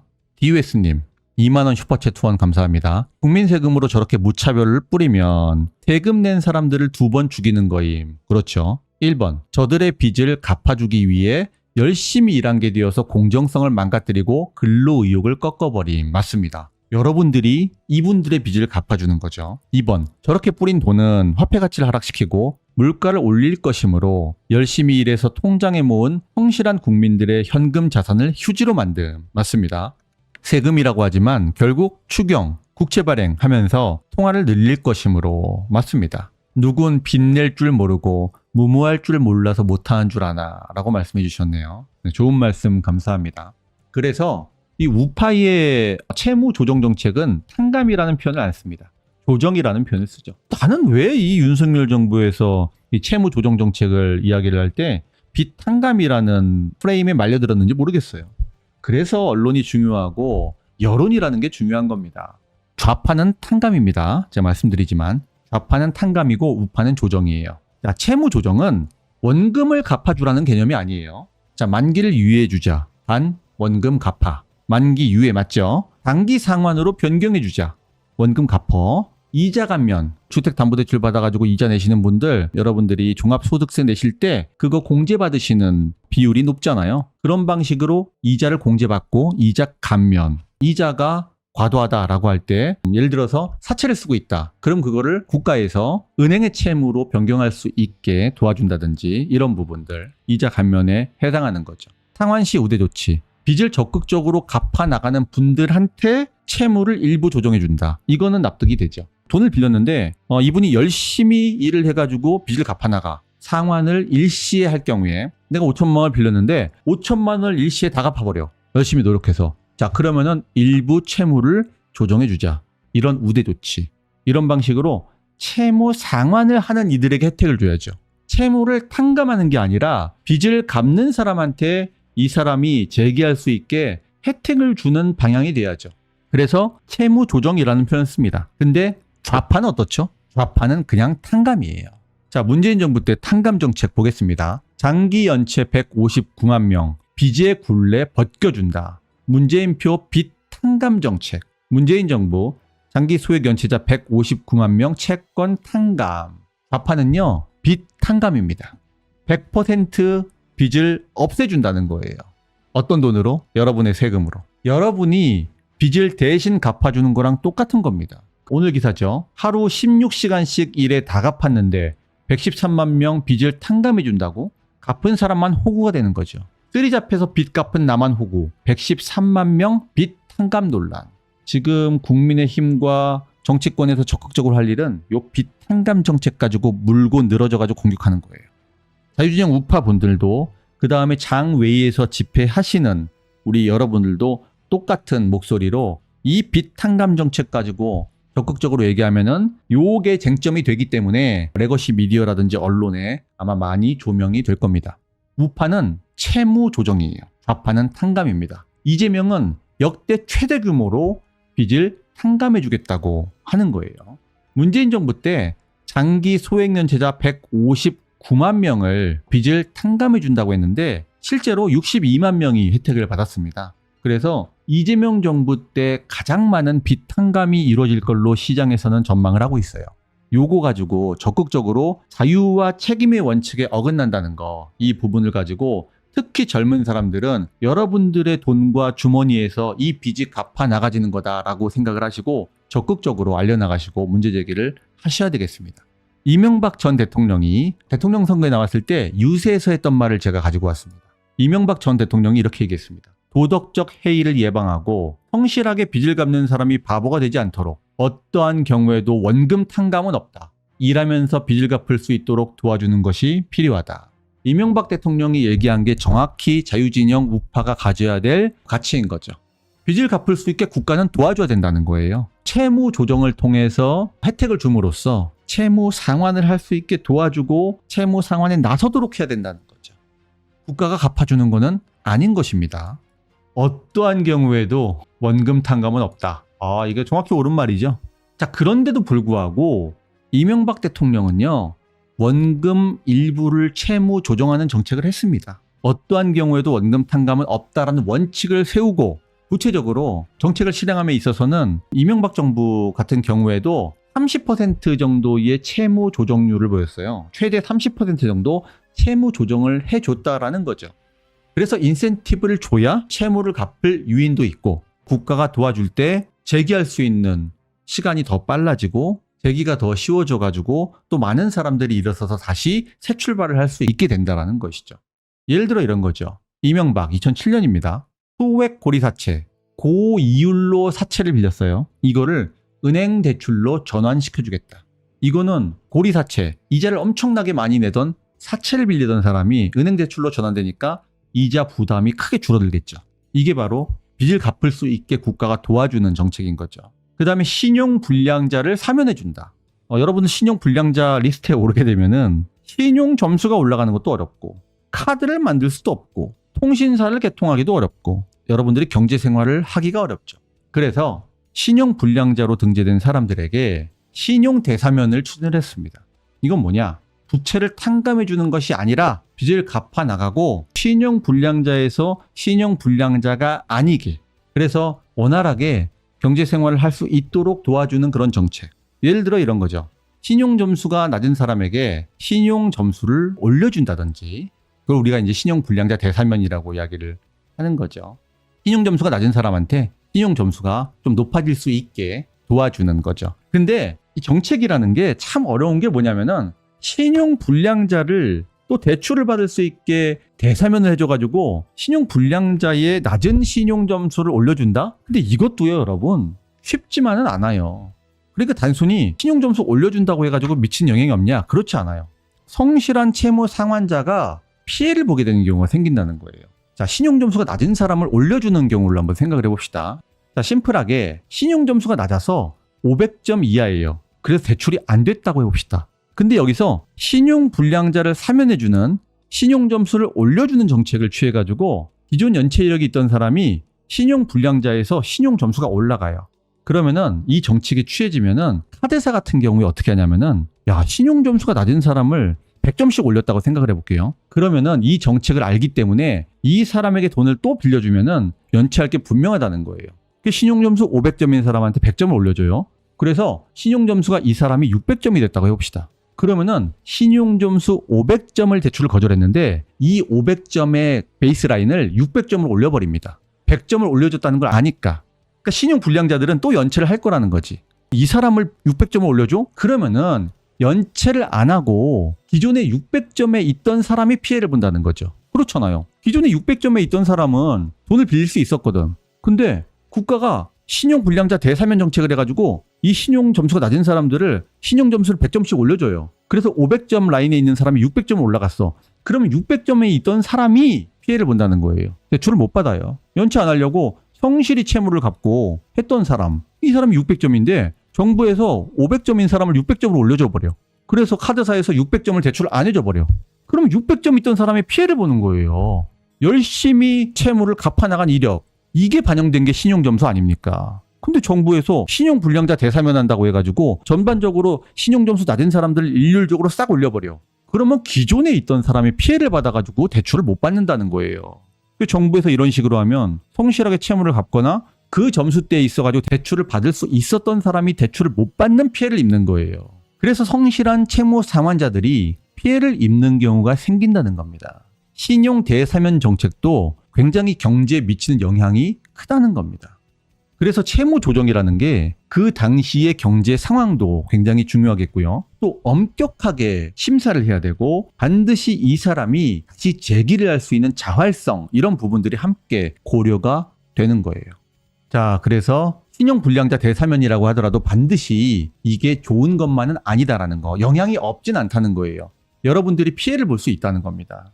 윤석열 정부는 새 출발 기금이라는 걸 만들었어요. 새 출발을 하게 도와주는 기금이라는 거죠. 채무 조정을 해주는 기금을 새 출발 기금이라고 합니다. 박근혜 정부 때는 국민 행복기금이라고 이야기를 했죠. 근데 윤석열 정부는 새 출발 기금이라고 이야기를 했어요. 새 출발 기금은 장기 분할 상환이 가능하도록 하고 상환이 어려운 취약층 대출자의 채권을 매입해서 조정을 해준다. 10년, 20년 동안 장기 분할 상환이 가능하도록 해주고 거치 기간을 더 늘려준다. 거치 기간이라 하면 이자만 납부하는 거죠. 원금을 납부하지 않고 이자만 납부하게 해주는 기간을 거치 기간이라고 합니다. 대출 금리도 낮은 수준으로 조정을 해준다. 이런 방향의 채무 조정 정책이었죠, 사실은. 그리고 현금을 지원해주는 게 아니라 맞춤 지원, 소상공인도 지금 이재명 같은 경우에는 다 탕감 정책을 쓴다고 하잖아요. 근데 윤석열은 탕감을 해주는 현금 지원이 아니라 소상공인에게 맞춤 지원을 해주겠다. 대출의 상환 기간을 5년 연장해주겠다. 전기료를 지원해주겠다. 소상공인에게 임차료를 인하해준 임대인에게는 세액을 공제해주겠다. 이런 방향의 인센티브를 줘가지고 빚을 잘 갚아나가도록 하고 사업을 할 때 지원을 해주는 방향으로 채무 조정 정책을 펴나갔다는 것입니다. 그런데 이게 이렇게 이제 인식이 된 거죠. 윤석열 정부의 빚 탕감. 이거는 이제 청년들 대출 받은 거에 대해서 이자를 줄여주고 상환 기간을 늘려준다 이런 것 때문에 청년들의 빚 탕감이라는 프레임에 말리면서 이게 빚을 내 가지고 내가 자산을 샀는데 이 빚들을 다 탕감해 준다고 JTBC라든지 좌파 언론에 의해서 프레임 공격을 당하면서 이거에 제대로 대응을 못했죠. 그래서 지지율이 폭락을 하게 됩니다. 그래서 이 문제가 이렇게 큰 지지율 폭락을 가져올 수 있을 정도의 메가톤급 이슈라는 이야기를 하고 싶은 거예요. 아주 큰 이슈입니다. 그래서 이 문제를 여러분들 유튜브 짧은 영상 같은 거 여러분들이 링크 공유해가지고 주변에 적극적으로 전파를 하시면 좋습니다. 이거는 아주 큰 이슈예요. 윤석열 대통령의 지지율을 크게 깎아먹었던 대형 이슈였다. 이렇게 말씀을 드리겠습니다. 박근혜 대통령도 국민행복기금을 만들어가지고 채무 조정 정책을 펼쳤죠. 그러면서 원칙을 세웠습니다. 채무자가 자활의지가 있어야 된다. 적극적으로 빚을 갚을 수 있는 자활의지가 있는 사람에게 국민행복기금으로 도와주자라는 것입니다. 왜 윤석열 대통령을 이야기하냐면 이 참 억울한 측면이 있어가지고 한번 여러분들에게 이 데이터를 한번 보여드리겠습니다. 이명박 대통령도 원금 탕감은 안 된다라고 유세 때 원칙을 세웠는데도 채무 조정을 했어요. 최대 채무 조정률이 30% 조정을 해줬습니다. 박근혜 정부 때는 채무 조정률이 60%였어요. 좌파 정부는 언제나 탕감이라고 했죠. 문재인 정부 때는 100% 탕감 맞죠? 윤석열 정부 한번 봅시다. 최대 채무 조정률이 무려 80%네요. 이거 거의 좌파 수준 아닙니까? 이걸 딱 보면 여러분들 윤석열 정부가 잘못했다고 생각을 하게 되죠. 이재명 역시 100% 빚 탕감입니다. 100%는 탕감이니까 우파는 탕감이 아니라 조정이죠. 좌파는 탕감입니다. 100%는 다 면제해 주는 거니까 국가가. 자, 제가 이렇게 물어볼게요. 윤석열 정부가 거의 좌파 수준인 것 같죠? 제가 밑에 수혜자 수라고 썼습니다. 채무 조정률이 이명박 30, 박근혜 60, 문재인 100, 윤석열 80, 이재명 100인데 수혜자 수를 한번 생각을 해보자고요. 이 채무 조정을 가장 까다롭게 한 사람이 누구였을 것 같아요? 채무를 조정해 준다는 거는 채무 조정 신청을 받거든요. 심사를 해요. 그래서 이 사람의 채무를 어떻게 조정해 주자라고 결정을 하거든요. 채무 조정률은 최대 채무 조정률 30%라는 건 내가 100만 원 빌렸으면은 30%, 30만 원 깎아줘서 70만 원 갚게 해주는 거죠. 원금에 대한 채무 조정률입니다. 수혜자 수, 얼마나 많은 수혜를 받느냐 이게 되게 중요하겠죠. 이명박 정부, 박근혜 정부, 문재인, 윤석열, 이재명 5정부 중에서 가장 까다롭게 채무 조정을 심사해가지고 가장 원칙적으로 원칙을 지킨 대통령은 누구였을까요? 지연님, 가장 꼼꼼하게 한 건 이명박 정부였을 것 같아요. 이명박 정부는 자유시장경제주의자죠. 별사탕님, 이명박 정부. 박근혜 정부도 굉장히 원칙적인 자유시장경제주의자예요. 물론 선거를 이기기 위해서 좌클릭을 하기도 했었지만 말입니다. 그 김종인의 조언을 받아가지고 좌클릭을 하기도 했었지만 우파 대통령들은 대체로 자유의 원칙을 좀 굳건히 세우는 사람들이었어요. 요거 한번 조금씩 공개해 보겠습니다. 자, 이명박 정부, 자, 72만 명입니다. 72만 명. 자, 박근혜, 이거 답이 다 보이는데? 64만 명. 문재인 62만 명. 자, 윤석열 정부. 자, 어떻습니까? 윤석열 정부 3만 명입니다. 그래서 내가 윤석열 정부가 오해와 아쉬움이 너무 많다는 거예요. 윤석열 정부는요, 사실상 채무 조정이 너무 까다로워가지고 이걸 하라는 거냐 말라는 거냐 이런 말이 나올 정도로 채무 조정이 엄청 까다로웠습니다. 엄격하게 했다는 거죠. 엄격하게 스스로 일어설 수 있는, 자활을 할 수 있는 사람을 선별하고 채무 조정률이 최대 80이지만 수혜자 수를 한번 보세요. 놀랍지 않으세요? 이명박 72만, 박근혜 64만, 문재인 62만, 윤석열 3만, 이재명은 113만이라고 지금 하는데요. 실제로는 어느 정도 될지는 정책을 한번 펼쳐봐야지 통계가 나올 것 같습니다. 맞습니다, 하연님. 세무 조정률은 80%로 컸지만 수혜자 선별이 엄청 까다로워가지고 지원해 줄 수 있고 자활할 수 있는 사람은 확실히 지원해 주자는 정책이죠. 찐우파죠. 5명 중에서 제일 자유시장경제 원칙에 가깝게 채무 조정 정책을 운용한 사람이 누구냐라고 하면은 윤석열입니다. 그래서 내가 윤석열 정부의 채무 조정 정책이 빚 탕감 프레임에 말려가지고 지지율 폭락으로 이어졌다는 게 너무 아쉽다는 거예요. 이 탕감 프레임에 말려가지고 지지율이 13%가 떨어졌어요. 그래서 채무 조정 정책에 있어서 가장 제대로 자유시장 경제의 원칙에 맞게 운용한 사람이 누구냐라고 하면은 윤석열 정부가 가장 원칙적으로 자유우파의 정신에 정확하게 부합한 채무 조정 정책을 펼쳤다라고 볼 수가 있겠습니다. 큰나무님 말씀처럼 제일 제대로 운영되었던 시기인데 그럼에도 불구하고 프레임 전쟁에 걸려들어가지고 빚을 탕감해 준다라고 해서 지지율의 폭락을 겪게 되죠. 굉장히 아쉽습니다. 자, 그러면 제가 여기서 또 이렇게 물어볼게요. 윤석열보다 더 대단한 사람이 있어요. 채무 조정률, 이명박도 30%의 채무 조정률을 보였잖아요. 근데 어떤 대통령이 가장 원칙을 정확하게 지켰을까요? 이 원칙이라면 원금 감면이 없는 거야. 아예. 이명박부터 이재명까지는 모두 채무 조정을 해줬잖아요. 근데 우리 대통령 중에서 원금 감면이 없다는 원칙을 끝까지 지킨 사람이 한 명 있습니다. 누굴까요? 자, 이거 맞추시는 분한테 제가 커피 사드릴게요. 맞아요. 7년을 버티면은 채무를 탕감해 준다고 하면은 이거는 말이 안 되죠. 5천만 원 빌리고 7년 동안 안 갚아버리면은 이거를 탕감해 준다는 거는 7년 버티면은 여러분들이 그 사람들의 빚을 갚아주는 거거든요. 이게 안 되는 거죠. 별사탕님, 여기 계신 분들 중 한 분이시죠? 여기 채무 조정률이 다 있잖아요. 30, 60, 100, 80, 100인데 원금 감면이 없다니까요. 채무 조정률이라는 거는 원금 감면을 이만큼 해준다는 거잖아요. 원금 감면 없다는 원칙을 지킨 분이 있어요. 힌트? 힌트는 정말 의외일 거예요. 자, 누군지 가르쳐 드리겠습니다. 누구냐면 이분이에요. 노무현입니다. 노무현은 원금 감면이 없다는 원칙을 끝까지 지켰습니다. 놀랍죠? 원금 감면 없이 책임의 원칙을 끝까지 지켰습니다. 신기하죠? 이념 좌파가 아니에요. 원금 감면이 없어요. 단 일시상환시 열심히 노력해가지고 채무 네가 5천만 원이면 5천만 원 다 갚어? 그러면 30% 까줄게. 이렇게 해가지고 채무 전액의 상환을 유도를 했습니다. 한마음 금융이라는 걸 만들어가지고 원금 감면이 아예 없었어요. 제가 이 사진 가져온 거는 이 노무현이라는 사람은 참 독특한 사람인데 이라크 자이툰 부대 파병했을 때 사진이에요. 그때 이 좌파 세력이 자이툰 부대 파병했을 때 물러나라고 퇴진하라고 막 퇴진운동했거든요. 근데도 파병을 했죠. 그래서 자유와 책임의 원칙을 지켰다라는 측면에서 이념 좌파와는 달랐던 대통령입니다. 노무현 대통령. 원금 감면 안 해줬습니다. 윤석열보다 더 자유의 원칙을 지킨 사람이네요. 별사탕님, 설마 노무현이 아니라 노무현입니다. 믿기지 않죠? 이소정님.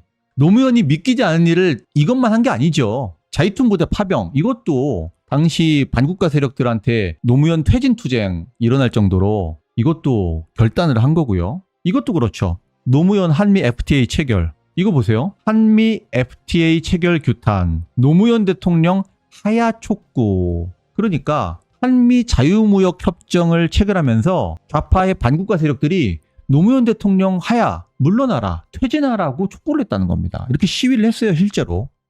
야, 그래서 이 노무현은 참 생각해보면은 참 신기한 대통령이기도 하고, 여러분 중에서 뭐 음모론 믿으시는 분들 중에서는 그 노무현을 뭐 문재인이가 죽음으로 몰아넣었다 이런 분들도 있고, 그 과정에서 좀 딥하게 우파에 대해서 많이 연구하시고 이러신 분들은 뭐 문현동 뭐 금괴 사건 이런 거 얘기하시는 분도 있고 그렇습니다만 지금으로서는 사실이 밝혀지지 않은 의혹, 뭐 음모론의 성격이 굉장히 많다라고 가십성으로 사람들이 얘기하니까 여튼 이 노무현은 한미 FTA 체결이라는 아주 이 좌파 반국가 세력이 싫어하는 일을 한 사람이에요. 한미 FTA 체결을 해가지고 한미 FTA 10년 동안 이렇게 미국과의 수교가 크게 늘어나고 대미 무역 수지도 엄청나게 흑자를 거뒀죠. 한미 FTA가 발효된 다음에 우리나라가 미국과의 교역을 하면서 적자를 본 적이 한 번도 없어요.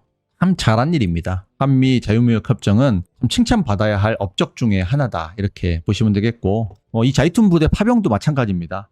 노무현이 2003년에 이렇게 얘기했어요. 부시 대통령의 대량 살상무기 확산 방지 그리고 국제테러 방지를 위한 지도력을 높이 평가하고 있으며 지지합니다. 이라크 문제에 대해서 한미동맹 정신에 입각해 미국에 적극 협력해 나갈 것입니다. 2003년에 노무현이 이렇게 얘기하면서 이라크의 자이툰 부대를 파병을 하죠. 그리고 보세요. 이거 시위하는 거 보세요. 반국가 세력 애들. 파병 철회냐 정권 퇴진이냐. 파병할 거면은 정권 퇴진하라 물러나라는 거죠. 이라크 친구들아 미안해. 왜 네가 미안하니? 이라크의 대량 살상무기 확산 방지 및 테러 방지를 위해서 노무현이 부대를 파병했는데 이라크 친구들아 미안해라고 하네요. 노무현 사기치지 말고 당장 철군하라. 자이툰 부대 철수하라. 한미동맹 정신에 입각해서 우리가 이 국제 정세에서 해야 될 역할이 있다면 적극적으로 해야죠. 그런 측면에서 노무현은 참 결단력 있는 사람이었다라고 생각이 됩니다. 그래서 제가 이 노무현이 이 한마음 금융하면서 원칙상 원금 감면을 아예 해주지 않은 대통령이라서 굉장히 독특하죠, 여러분. 독특하기 때문에 제가 여러분들에게 소개를 드린 거고 노무현을 옹호할 생각은 조금도 없습니다. 노무현하고 김대중은 북한에 돈을 퍼줘가지고 핵무기를 만들도록 한 장본인이죠. 그런 측면에서 죄를 씻을 수가 없습니다. 북한이 지금 핵무기를 고도화하고 실전 배치할 수 있을 정도로 핵탄두를 개발하게 된 거는 결국 김대중하고 노무현이 돈 퍼줬기 때문에 그런 거거든요. 우리 국민들을 배반한 사람이죠, 노무현은. 또 반면에 좌파들이 퇴진하라고 얘기를 함에도 불구하고 한미 FTA 체결도 하고 파병도 하고 그런 측면에서 국익을 추구하는 측면도 있었습니다. 자, 그래서 노무현 얘기까지 했고요. 정리를 하면 이렇죠. 역대 정부별 채무 조정 정책, 노무현 정부 원금 감면 없음. 이 노무현 정부가 또 이런 측면에서 칭찬을 받을 줄은 몰랐네요. 여러분들 노무현 새롭게 보이시죠? 노무현이 자유와 책임의 원칙을 이렇게 굳건하게 세웠단 말이야? 노무현 정부 원금 감면 없음. 저는 채무 조정 정책 이 사안만 놓고 볼 때는 자유와 책임 원칙, 자유시장 경제에 가장 충실한 사람이 누구냐 하면은 노무현입니다. 이거에 있어서는 분명합니다. 그 다음이 윤석열. 윤석열은 최대 80%의 조정률을 보였지만 워낙 까다롭게 운영해가지고 요 수혜자가 3만 명밖에 안 됐어요. 여러분은 이명박 박근혜가 더 투철하다고 생각을 하지만 그렇지 않다는 겁니다. 자, 여튼 좌파의 빚 탕감 정책에는 적극적으로 공세를 펴야 됩니다. 우파가 지금 국민들에게 알려나가고 외쳐야 될 어젠다 세팅이 필요하다면은 이재명의 빚 100% 탕감 정책 113만 명에게 이 빚 탕감시킨다는 거, 이게 엄청나게 중요하고 이게 이재명의 지지율을 크게 떨어뜨릴 수 있게 우리가 널리 알려나가야 된다, 이렇게 말씀드리겠습니다. 그래서 우파의 정책이 채무 조정을 반대하는 게 아니에요, 여러분. 왜냐하면 우리가 채무를 조정해줘서 기회의 평등, 출발선에 설 수 있게 해주는 거잖아요. 실패한 사람도, 쓰러진 사람도, 좌절한 사람도. 18년간 이 채무 조정 정책으로 재기한 사람들이 88만 명이에요. 그러니까 이 88만 명이 국가의 도움으로 인해서 다시 일어서가지고 새로운 삶을 살 수 있게 됐다는 거죠. 이 88만 명을 기회의 평등이라는 출발점에 서게 해줬기 때문에 이게 의미가 있는 정책입니다. 채무 조정 정책으로 빚을 다 갚은 비율이 60%네요. 빚을 채무 조정 정책으로 탕감해 주려고 혹은 조정해 주려고 했음에도 불구하고 연체한 사람들이 39.8, 40%예요. 보통 은행 연체율이 1에서 1.5죠. 그런데 채무 조정을 해줬는데도 불구하고 못 갚은 사람들이 40%나 된다는 거는, 그래서 채무 조정을 하면 안 된다라고 얘기하는 경제학자들도 있어요. 채무 조정의 문제가 아니라 복지의 문제로 돌아가야 된다라고 이야기를 하죠. 엄격히 심사를 해가지고 도와줄 사람을 윤석열 대통령처럼 아주 적은 수, 꼼꼼하게 심사해가지고 엄격성과 자활성을 기준으로 해가지고 살려야 될 사람을 확실하게 살리자. 수가 적더라도. 그리고 나머지들은 복지의 문제로 돌아가야 된다는 거죠. 마치 우리가 기초생활수급 지원해주는 것처럼 복지의 문제로 돌아가서 이분들이 정말 비인간적인 삶을 살지 않도록, 그래서 생을 포기하는 일이 없도록 복지를 지원해주는 문제로 돌아가야 된다라고 이야기하는 경제학자들도 많이 있습니다. 자, 그 다음에 이런 질문이 있어요. 버티면 깎아준다? 이건 맞습니다. 여러분, 역대 정부 중에서 채무 조정 정책을 펼치지 않은 정부는 없죠. 이명박도 채무를 조정해줬죠. 박근혜도, 문재인도, 윤석열도, 이재명도. 좌파 정부가 들어서면은 채무를 아예 100% 탕감을 해주죠. 5천만 원 수준이라면. 그러니까 문재인 정부가 들어설 때까지 연체하고 기다리는 거예요. 그러면 채무 탕감이 나온다. 그리고 새로운 정부가 들어설 때마다 반드시 채무 조정 정책이 있다. 그러므로 빚을 안 갚아도 된다. 버티면 깎아주고 좌파 정부가 들어서면은 채무를 탕감해준다. 이건 예스라는 겁니다. 2017년 문재인, 2025년 이재명, 이때까지 버틴 차주는 돈을 안 갚아도 100%까지 원금을 탕감받을 수 있다는 얘기죠. 정권 바뀔 때 언제나 나오는 정책이에요. 채무 조정 정책은. 그렇기 때문에 이게 모럴 해저드, 도덕적 해이에 빠질 가능성이 아주 많다는 거죠. 그러므로 버티면 탕감해준다는 개념이 아니라 윤석열 대통령처럼 엄격하고 꼼꼼하게 심사해가지고 수혜자의 수를 최소화라는 거죠. 결국 윤석열 정부가 올바른 정책을 취하고 있다라고 저는 생각을 합니다. 노무현 정부 때는 아예 원금 감면 없도록 했지만 이게 원칙상 가장 좋은 것이겠지만 그 이후에는 대개 선거를 앞두고 소상공인이라든지 취약계층의 표를 받기 위해서 채무 조정은 반드시 있었다는 거예요. 이재명을 보면은 110만 명이잖아요. 이재명이 빚을 탕감해주겠다고 하는 사람들이 110만 표라는 이야기입니다. 그러니까 선거를 앞두고선 언제나 이 포퓰리즘, 빚을 탕감해주는 유혹에 빠질 수밖에 없는 거죠. 선거를 이겨야 정권을 안 뺏기니까. 그래서 언제나 이 정책은 나올 수밖에 없다라는 겁니다. 그만큼 돈을 풀고 혹은 채무를 깎아주는 이 포퓰리즘 정책은 국민들에게 인기가 많을 수밖에 없는 거죠. 맞습니다. DUS님, 진정한 금권 선거이죠. 다만 저는 윤석열 정부처럼 굉장히 이 수혜자의 수가 적게 깐깐하게 운영해야 된다고 봐요. 하지만 채무 조정이 아예 없어야 된다라는 것은 기회평등의 정신에는 맞지 않다. 그 가치에는 맞지 않다라는 말씀을 드리겠습니다. 자, 그러면 미국은 어떻게 하고 있을까? 여러분, 채무 탕감은 좌파의 정책이죠. 조 바이든도 역대급 돈 풀기, 대출 다 갚아줄게. 채무 탕감은 좌파의 정책이죠. 조 바이든도 채무 탕감 정책을 펼쳤습니다. 제가 얘기했죠. 미국 진보 세력, 좌파 세력이 야, 우리 5,600만 원씩 탕감해줘라고 청구서를 딱 내민 거예요. 이 탕감 정책이 나오는 건 역시 표 때문에 그렇습니다. 미국 대선에서 재선을 노린 조 바이든 대통령이 빚 탕감 정책을 꺼내들었다. 가을부터 연간 12만 달러 이하 소득자에게는 대출금을 갚지 못해 쌓인 이자를 2만 달러까지 탕감받을 수 있다라는 계획을 수립했다는 겁니다. 제가 왜 미국 말씀을 드리냐면은 미국 이야기를 하면은 미국의 사법부가 어떻게 행정부를 견제하는지를 여러분들이 볼 수 있을 거예요. 자, 바이든의 이 대출 탕감 계획이 어떻게 좌절이 됐는지 아십니까? 이거를 좌절시킨 거는 법원이었어요. 법원에서 이 대출 탕감 계획에 대해서 집행정지 명령을 내려버립니다. 그리고 이 집행정지 명령을 내릴 수 있으려면은 역시 소송을 제기해야 되겠죠. 이 소송을 제기하면서 강력하게 맞서 싸운 것이 바로 정치권이죠. 공화당입니다. 제가 이 이야기를 하는 이유는 국민의힘이 이 문제를 어떻게 바라보고 어떻게 강력하게 대응해야 되는 것인지를 미국의 사례를 통해 알 수 있다라는 말씀을 드리기 위해서, 혹은 우리 자유진영이 장외에서 일단 목소리를 높이면서 집회 형식으로 싸우고 있는데 어떻게 법률전으로 싸울 수 있을 것이냐에 대해서 미국의 선례를 보고 우리는 배워야 된다는 거죠. 이게 단순히 정치적 문제로만 해결되는 건 아니에요. 조 바이든 미국 법원에서 대출 탕감 계획을 집행정지 명령을 내렸습니다. 공화당의 빌 캐시디 상원 의원은 이렇게 얘기합니다. 대출 탕감 계획은 부채를, 다른 사람의 빚을 나한테 전가하는 거야.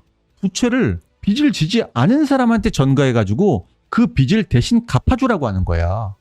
선거를 앞두고 표를 사려는 불공정한 계략이라고 비판했다. 네가 빚진 거를 내가 갚아줘야 되냐고. 이거는 다른 사람에게 빚을 전가하는 거니까 하지 마 라고 얘기하고 집행정지 가처분 신청을 법원에 제기하면서 소송전으로 강력히 싸웠죠. 그리고 이 빚 탕감은 법원에 의해서 제동이 걸렸고 결국에는 미국 연방대법원에 의해서 무효화됐습니다. 대법원은 미국 대통령이 대출 탕감 정책을 시행할 권한이 없다고 판결했다. 우리하고는 규모가 다르죠. 무려 빚 탕감 규모가 570조 원이에요. 4천억 달러. 570조 원의 빚 탕감 예산을 쏟아붓는 정책을 밀어붙여서 매표 정책이라는 강력한 반발에 부딪혔고 이 공약은 물거품이 됐죠. 공화당의 버지니아 폭스 하원 의원은 행정부가 연방재정에서 책임감을 완전히 상실했다. 야, 너 미쳤구나? 이런 거죠. 제정신 아니구나? 이렇게 말했고, 마리아네트 밀러 하원 의원은 바이든 대통령은 대출 학자금을 없애주는 게 아니다. 열심히 일하는 미국인들에게 4천억 달러, 570조 원의 빚을 갚으라고 그 비용을 떠안기고 있는 것이다 라고 꼬집었다라는 겁니다. 지금 이재명의 빚 탕감 정책도 똑같습니다. 113만 명에 대한 빚 탕감 정책은 열심히 일하고 있는 여러분들에게 그 빚을 떠안기고 있는 것이죠. 이재명은 책임감, 정신을 완전히 상실한 거죠. 그래서 정치권도 그렇고 우리 제야에 있는 우파분들, 인플루언서들, 영향력 있는 유튜버들도 이 문제에 대해서 굉장히 공세적이고 적극적으로 나갈 필요가 있고 여러분들도 알려나가셔야 되겠습니다. 그리고 무엇보다 미국이 선진국인 이유를 보면 미국 연방대법원에 의해서 무효화가 되죠. 사법부가 강력하게 잘못된 정책에 대해서 견제하고 민주당에 제동을 걸고 있죠. 우리나라는 법원에서 이런 잘못된 정책에 대해서 제동을 걸 수 있는지 여부에 대해서는 아마 여러분들은 회의적일 거라고 생각을 하는데 이 법정투쟁이라는 거는 저는 반드시 필요하다고 봅니다. 국민의힘 그다음에 상회의에서 또 필요하다면은 이 법적으로 이게 잘못됐다, 헌법에 위반됐다라는 방식으로 맞서서 싸울 필요도 있다라고 생각을 하고 미국처럼 사법부의 견제 기능이 작동한다면 얼마나 좋을까라고 생각을 해보게 됩니다. 자, 그래서 우파 정당 국민의힘이죠. 그리고 황교안 대표님이 하고 있는 자유와 혁신도 마찬가지입니다. 보수당이라는 당도 지금 만들어지고 있는 걸로 아는데요. 여러 당들이 만들어지는 흐름이 있습니다만 자유와 책임의 원칙으로 이 문제에는 적극적으로 목소리를 내고 대응을 해야 되겠습니다. 제가 오늘 말씀드린 어젠다를 꼭 기억을 하시고 올바르게 어젠다 세팅을 할 때 비로소 기성에 있는 언론들이 관심을 가지겠습니다. 민주당 앞에서 이 문제를 가지고 피켓을 만들어가지고 빚 탕감 정책에 대해서 적극적인 반대의 목소리를 내주셔야 되겠고요. 국민의힘에도 같은 얘기를 해서 적극적으로 싸울 수 있게 견인을 좀 해주셔야 되겠습니다. 그리고 필요하다면은 국회의원들하고 같이 조인해가지고 국회 소통관에서 청년들이 기자회견을 하는 것도 필요하겠습니다. 국힘 쇄신 모임도 청년들 중심으로 지금 만들어져 있는 걸로 알고 있는데요. 국힘 청년 모임에서도 회의하실 때 이 빚 탕감 정책의 문제로 국회의원 중에서 여러분들을 도와주시는 적극적인 분들 있으시잖아요. 뭐 윤상현 의원이라든지 조배숙 의원이라든지 이런 분들이 있으니까 협의를 하셔가지고 청년들이 이 빚 탕감 정책을 적극적으로 반대한다는 거, 이건 있어서는 안 된다는 거, 그런 목소리를 원칙적으로 내야 되겠고 이거는 책임의 문제죠. 내 행동에 대해서는 내가 책임진다는 문제이기도 하다는 거 그렇게 원칙적으로 대응을 하면 될 것 같습니다. 이재명 첫 추경 개인소상공인 123만 명 빚 22조 없애준다. 역대 최대 규모 탕감 이 부분에 대해서 적극적으로 싸운다면은 2022년에 윤석열 정부가 이 문제로 인해서 지지율이 13% 떨어졌습니다. 국민들이 이 사안에 있어서 잘못됐다고 생각을 하고 이게 공정과 상식에 어긋난다고 생각을 하거든요, 여러분. 그렇기 때문에 이 공정과 상식에 어긋나는 문제에 있어서는 정확히 이 지점을 짚어가지고 도려내야 된다는 거죠. 그래야지 국민의힘 자유와 책임을 강조하는 자유진영의 지지율이 올라가고 국민들의 지지를 얻게 되는 것이고 이재명의 지지율, 민주당, 포퓰리즘, 빚 탕감, 돈 풀기, 미래의 세금을 전제로 끌고 들어와서 쌈짓돈처럼 맘대로 쓰는 이런 잘못된 정책에 제동을 걸 수 있다는 겁니다. 그래서 이 부분에 있어서는 단호하게 대응을 해야 된다라는 말씀을 드리고 싶습니다. 제가 강의 때 많이 말씀드렸던 분이죠. 레리 서머스, 하버드대 경제학과 교수입니다. 클린턴 행정부에서 재무장관을 지냈었죠. 천재 경제학자라고 불리는 분이고 실제 레리 서머스가 한마디 하면은 미국 중앙은행인 페드도 휘청합니다. 그럴 정도로 영향력이 큰 분이에요. 자, 레리 서머스가 이렇게 얘기합니다.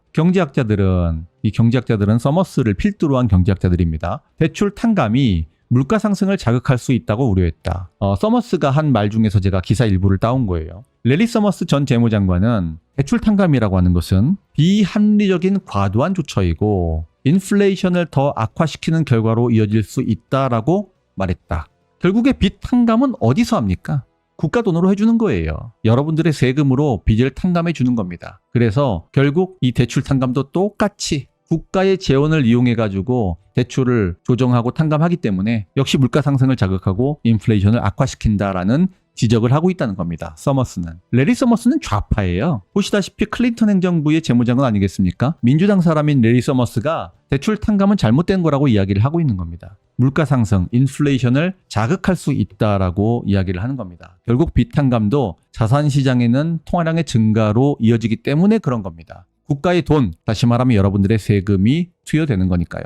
한국은행 본원 통화량을 제가 여기까지 해놨는데 이후에 어떻게 될 거냐 전망을 해본다면 이렇게 본원 통화량이 앞으로는 증가하는 방향으로 가겠다라는 예측을 좌파 정권의 속성으로부터 해볼 수 있다는 것입니다. 그러면은 한국은행의 통화량이 이렇게 증가한다면은 자산의 가격은 어떻게 되겠느냐? 이걸 보면 되죠. 자, 자산 중에 대표적인 표준화된 실물 자산인 아파트를 가지고 왔습니다. 서울 아파트 매매 지수입니다. 아파트 가격과 통화량의 상관관계 보면은 똑같이 움직이죠. 서울 아파트 매매 지수, 한국은행 본원 통화 똑같이 움직인다는 것을 알 수 있죠. 그래서 만약에 한국은행의 통화량이 증가한다면 아파트 매매 지수도 올라갈 것이다 라는 걸 우리는 예측을 해볼 수 있게 될 겁니다. 결국에 본원 통화량이 이렇게 증가한다. 좌파 정부의 속성으로 인해서 돈 풀기의 속성입니다. 매표 행위의 포퓰리즘이죠. 이로 인해서 늘어난다면 역시 아파트 매매 가격 지수도 올라갈 것이다 라는 전망을 해볼 수 있다라는 이야기가 되겠습니다. 또 대표적인 자산시장 중에 하나는 주식시장이죠. 주식시장도 마찬가지입니다. 지금 3,000포인트를 오늘 돌파했다라고 하는데요. 코스피 종합도 통화량이 증가하는 만큼 그 통화량들이 주식시장으로 부동산 시장으로 들어간다는 겁니다. 그래서 현재 이 영역에 와 있지만 한국은행 본원 통화가 전고점을 넘어서 전고를 넘어서 새로운 세계로 나가게 된다면 마찬가지입니다. 통화량뿐만 아니라 매매가격 지수도 결국 전고점을 뚫고 올라갈 것이고 종합주가 지수도 전고점을 뚫고 올라간다는 겁니다. 전고점이 3,300포인트죠. 전고점 뚫고 올라가는 거는 화폐 이론, 통화 이론의 정해진 결말이라는 거죠. 화폐량이 늘어나니까 그에 따라서 자산 시장이 오른다는 거는 지극히 당연한 일이다. 이렇게 여러분들이 이해하시면 될 것 같습니다. 마지막으로 자유진영 승리를 위한 우리의 과제 이렇게 제가 이야기를 해봤습니다. 자유진영이 선거에서 패배를 했기 때문에 다시 재건을 해야 되는 과제 속에 놓여져 있는데요. 기본적으로 이재명의 돈 살포 정책에 대해서 단호하게 반대한다는 원칙을 세워야 되겠고요. 이 문제에 있어서는 국민의힘에서 오늘 송원석 원내대표가 호텔 경제학의 실험실이라고 표현을 써가면서 단호하게 이야기를 하고 있더라고요. 근데 이제 돈 살포 정책에 대해서 사람들이 의외로 좋아한다고 했잖아요. 사람들이 싫어하는 게 이거예요. 빚 100% 탕감 정책 이겁니다. 이거에 대해서는 윤석열 때도 프레임 씌워가지고 공격해서 지지율이 폭락했었고 이거는요 열심히 성실하게 살아가고 채무를 갚아나가는 사람이 절대 다수잖아요. 그러니까 이거에 대해서는 사람들이 다 공정과 상식에 어긋난다고 생각을 한다는 거죠. 그래서 이 부분에 대해서 적극적이고 공세적으로 문제제기를 해야 되고 또 여러분들이 여론을 형성해 주셔야 됩니다. 이 문제는 유튜브 돌아다니는 것 중에서 짧은 거 따가지고 주변 사람들한테 보내면 다 분노할걸요. 유튜브도 전파하고 기사도 전파하고 직접 기사도 쓰면서 그거를 전파를 한다면은 여론을 충분히 형성할 수 있고 자유진영에게 우호적인 여론으로 이끌어 나갈 수 있을 거라고 생각을 합니다. 그 다음에 좌파 정권의 속성, 돈 풀기의 포퓰리즘의 유혹. 지금 이번 추경을 통해서 먼저 30조를 푼다고 했죠. 그 다음에 내년 선거 전에 또다시 돈을 푸는 유혹에 빠질 거고 돈을 풀게 될 겁니다. 그렇게 될 경우에는 물건의 가격, 물가가 오르고 자산의 가격이 오르게 되겠습니다. 그래서 자산시장 인플레이션에 여러분들이 현명하게 대비를 해야 되겠습니다. 아마 조만간에 국민의힘 전당대회가 펼쳐질 것 같아요. 그런데 오늘 제가 얘기한 말씀도 자유진영의 원칙이죠. 자유진영의 원칙은 결과적 평등이 아니라 기회의 평등이다라는 거고 채무 탕감이 아니라 채무 조정이라는 표현을 제가 썼죠. 그래서 이런 기회의 평등 원칙, 쓰러져 있는 사람, 실패한 사람, 좌절하는 사람 이런 분들의 손을 잡고 다시 재기할 수 있는 스타트 라인에 서게 해준다는 이 기회의 평등 원칙, 그 다음에 채무 탕감이 아니라 채무 조정이어야 된다. 채무 조정이라 하면 상환을 할 수 있는 이들에게 독려해주고 혜택을 줘가지고 이들이 하루속히 채무를 다 상환을 하고 다시 새 출발을 할 수 있게 도와주는 방식이어야 된다는 거. 이게 바로 기회의 평등이라는 자유진영 우파의 원칙이 된다라는 그런 부분들 좀 적극적으로 이야기를 할 수 있어야 되겠습니다. 국민의힘 전당대회에 이런 자유진영 우파의 가치를 가지고 쇄신을 해야 되겠습니다. 그리고 청년 중심으로 당원을 적극적으로 가입해가지고 국민의힘이 올바른 가치를 가지고 앞으로 나아갈 수 있도록 여러분들이 도와주시고 견인해 주셔야 되겠습니다. 자, 이렇게 해서 오늘 강의 모두 했고요. 1시 50분까지 했네요. 방송 들어주신 여러분 감사하고요. 하얀님, 현안을 가지고 싸워야 한다는 것이군요. 네, 맞습니다.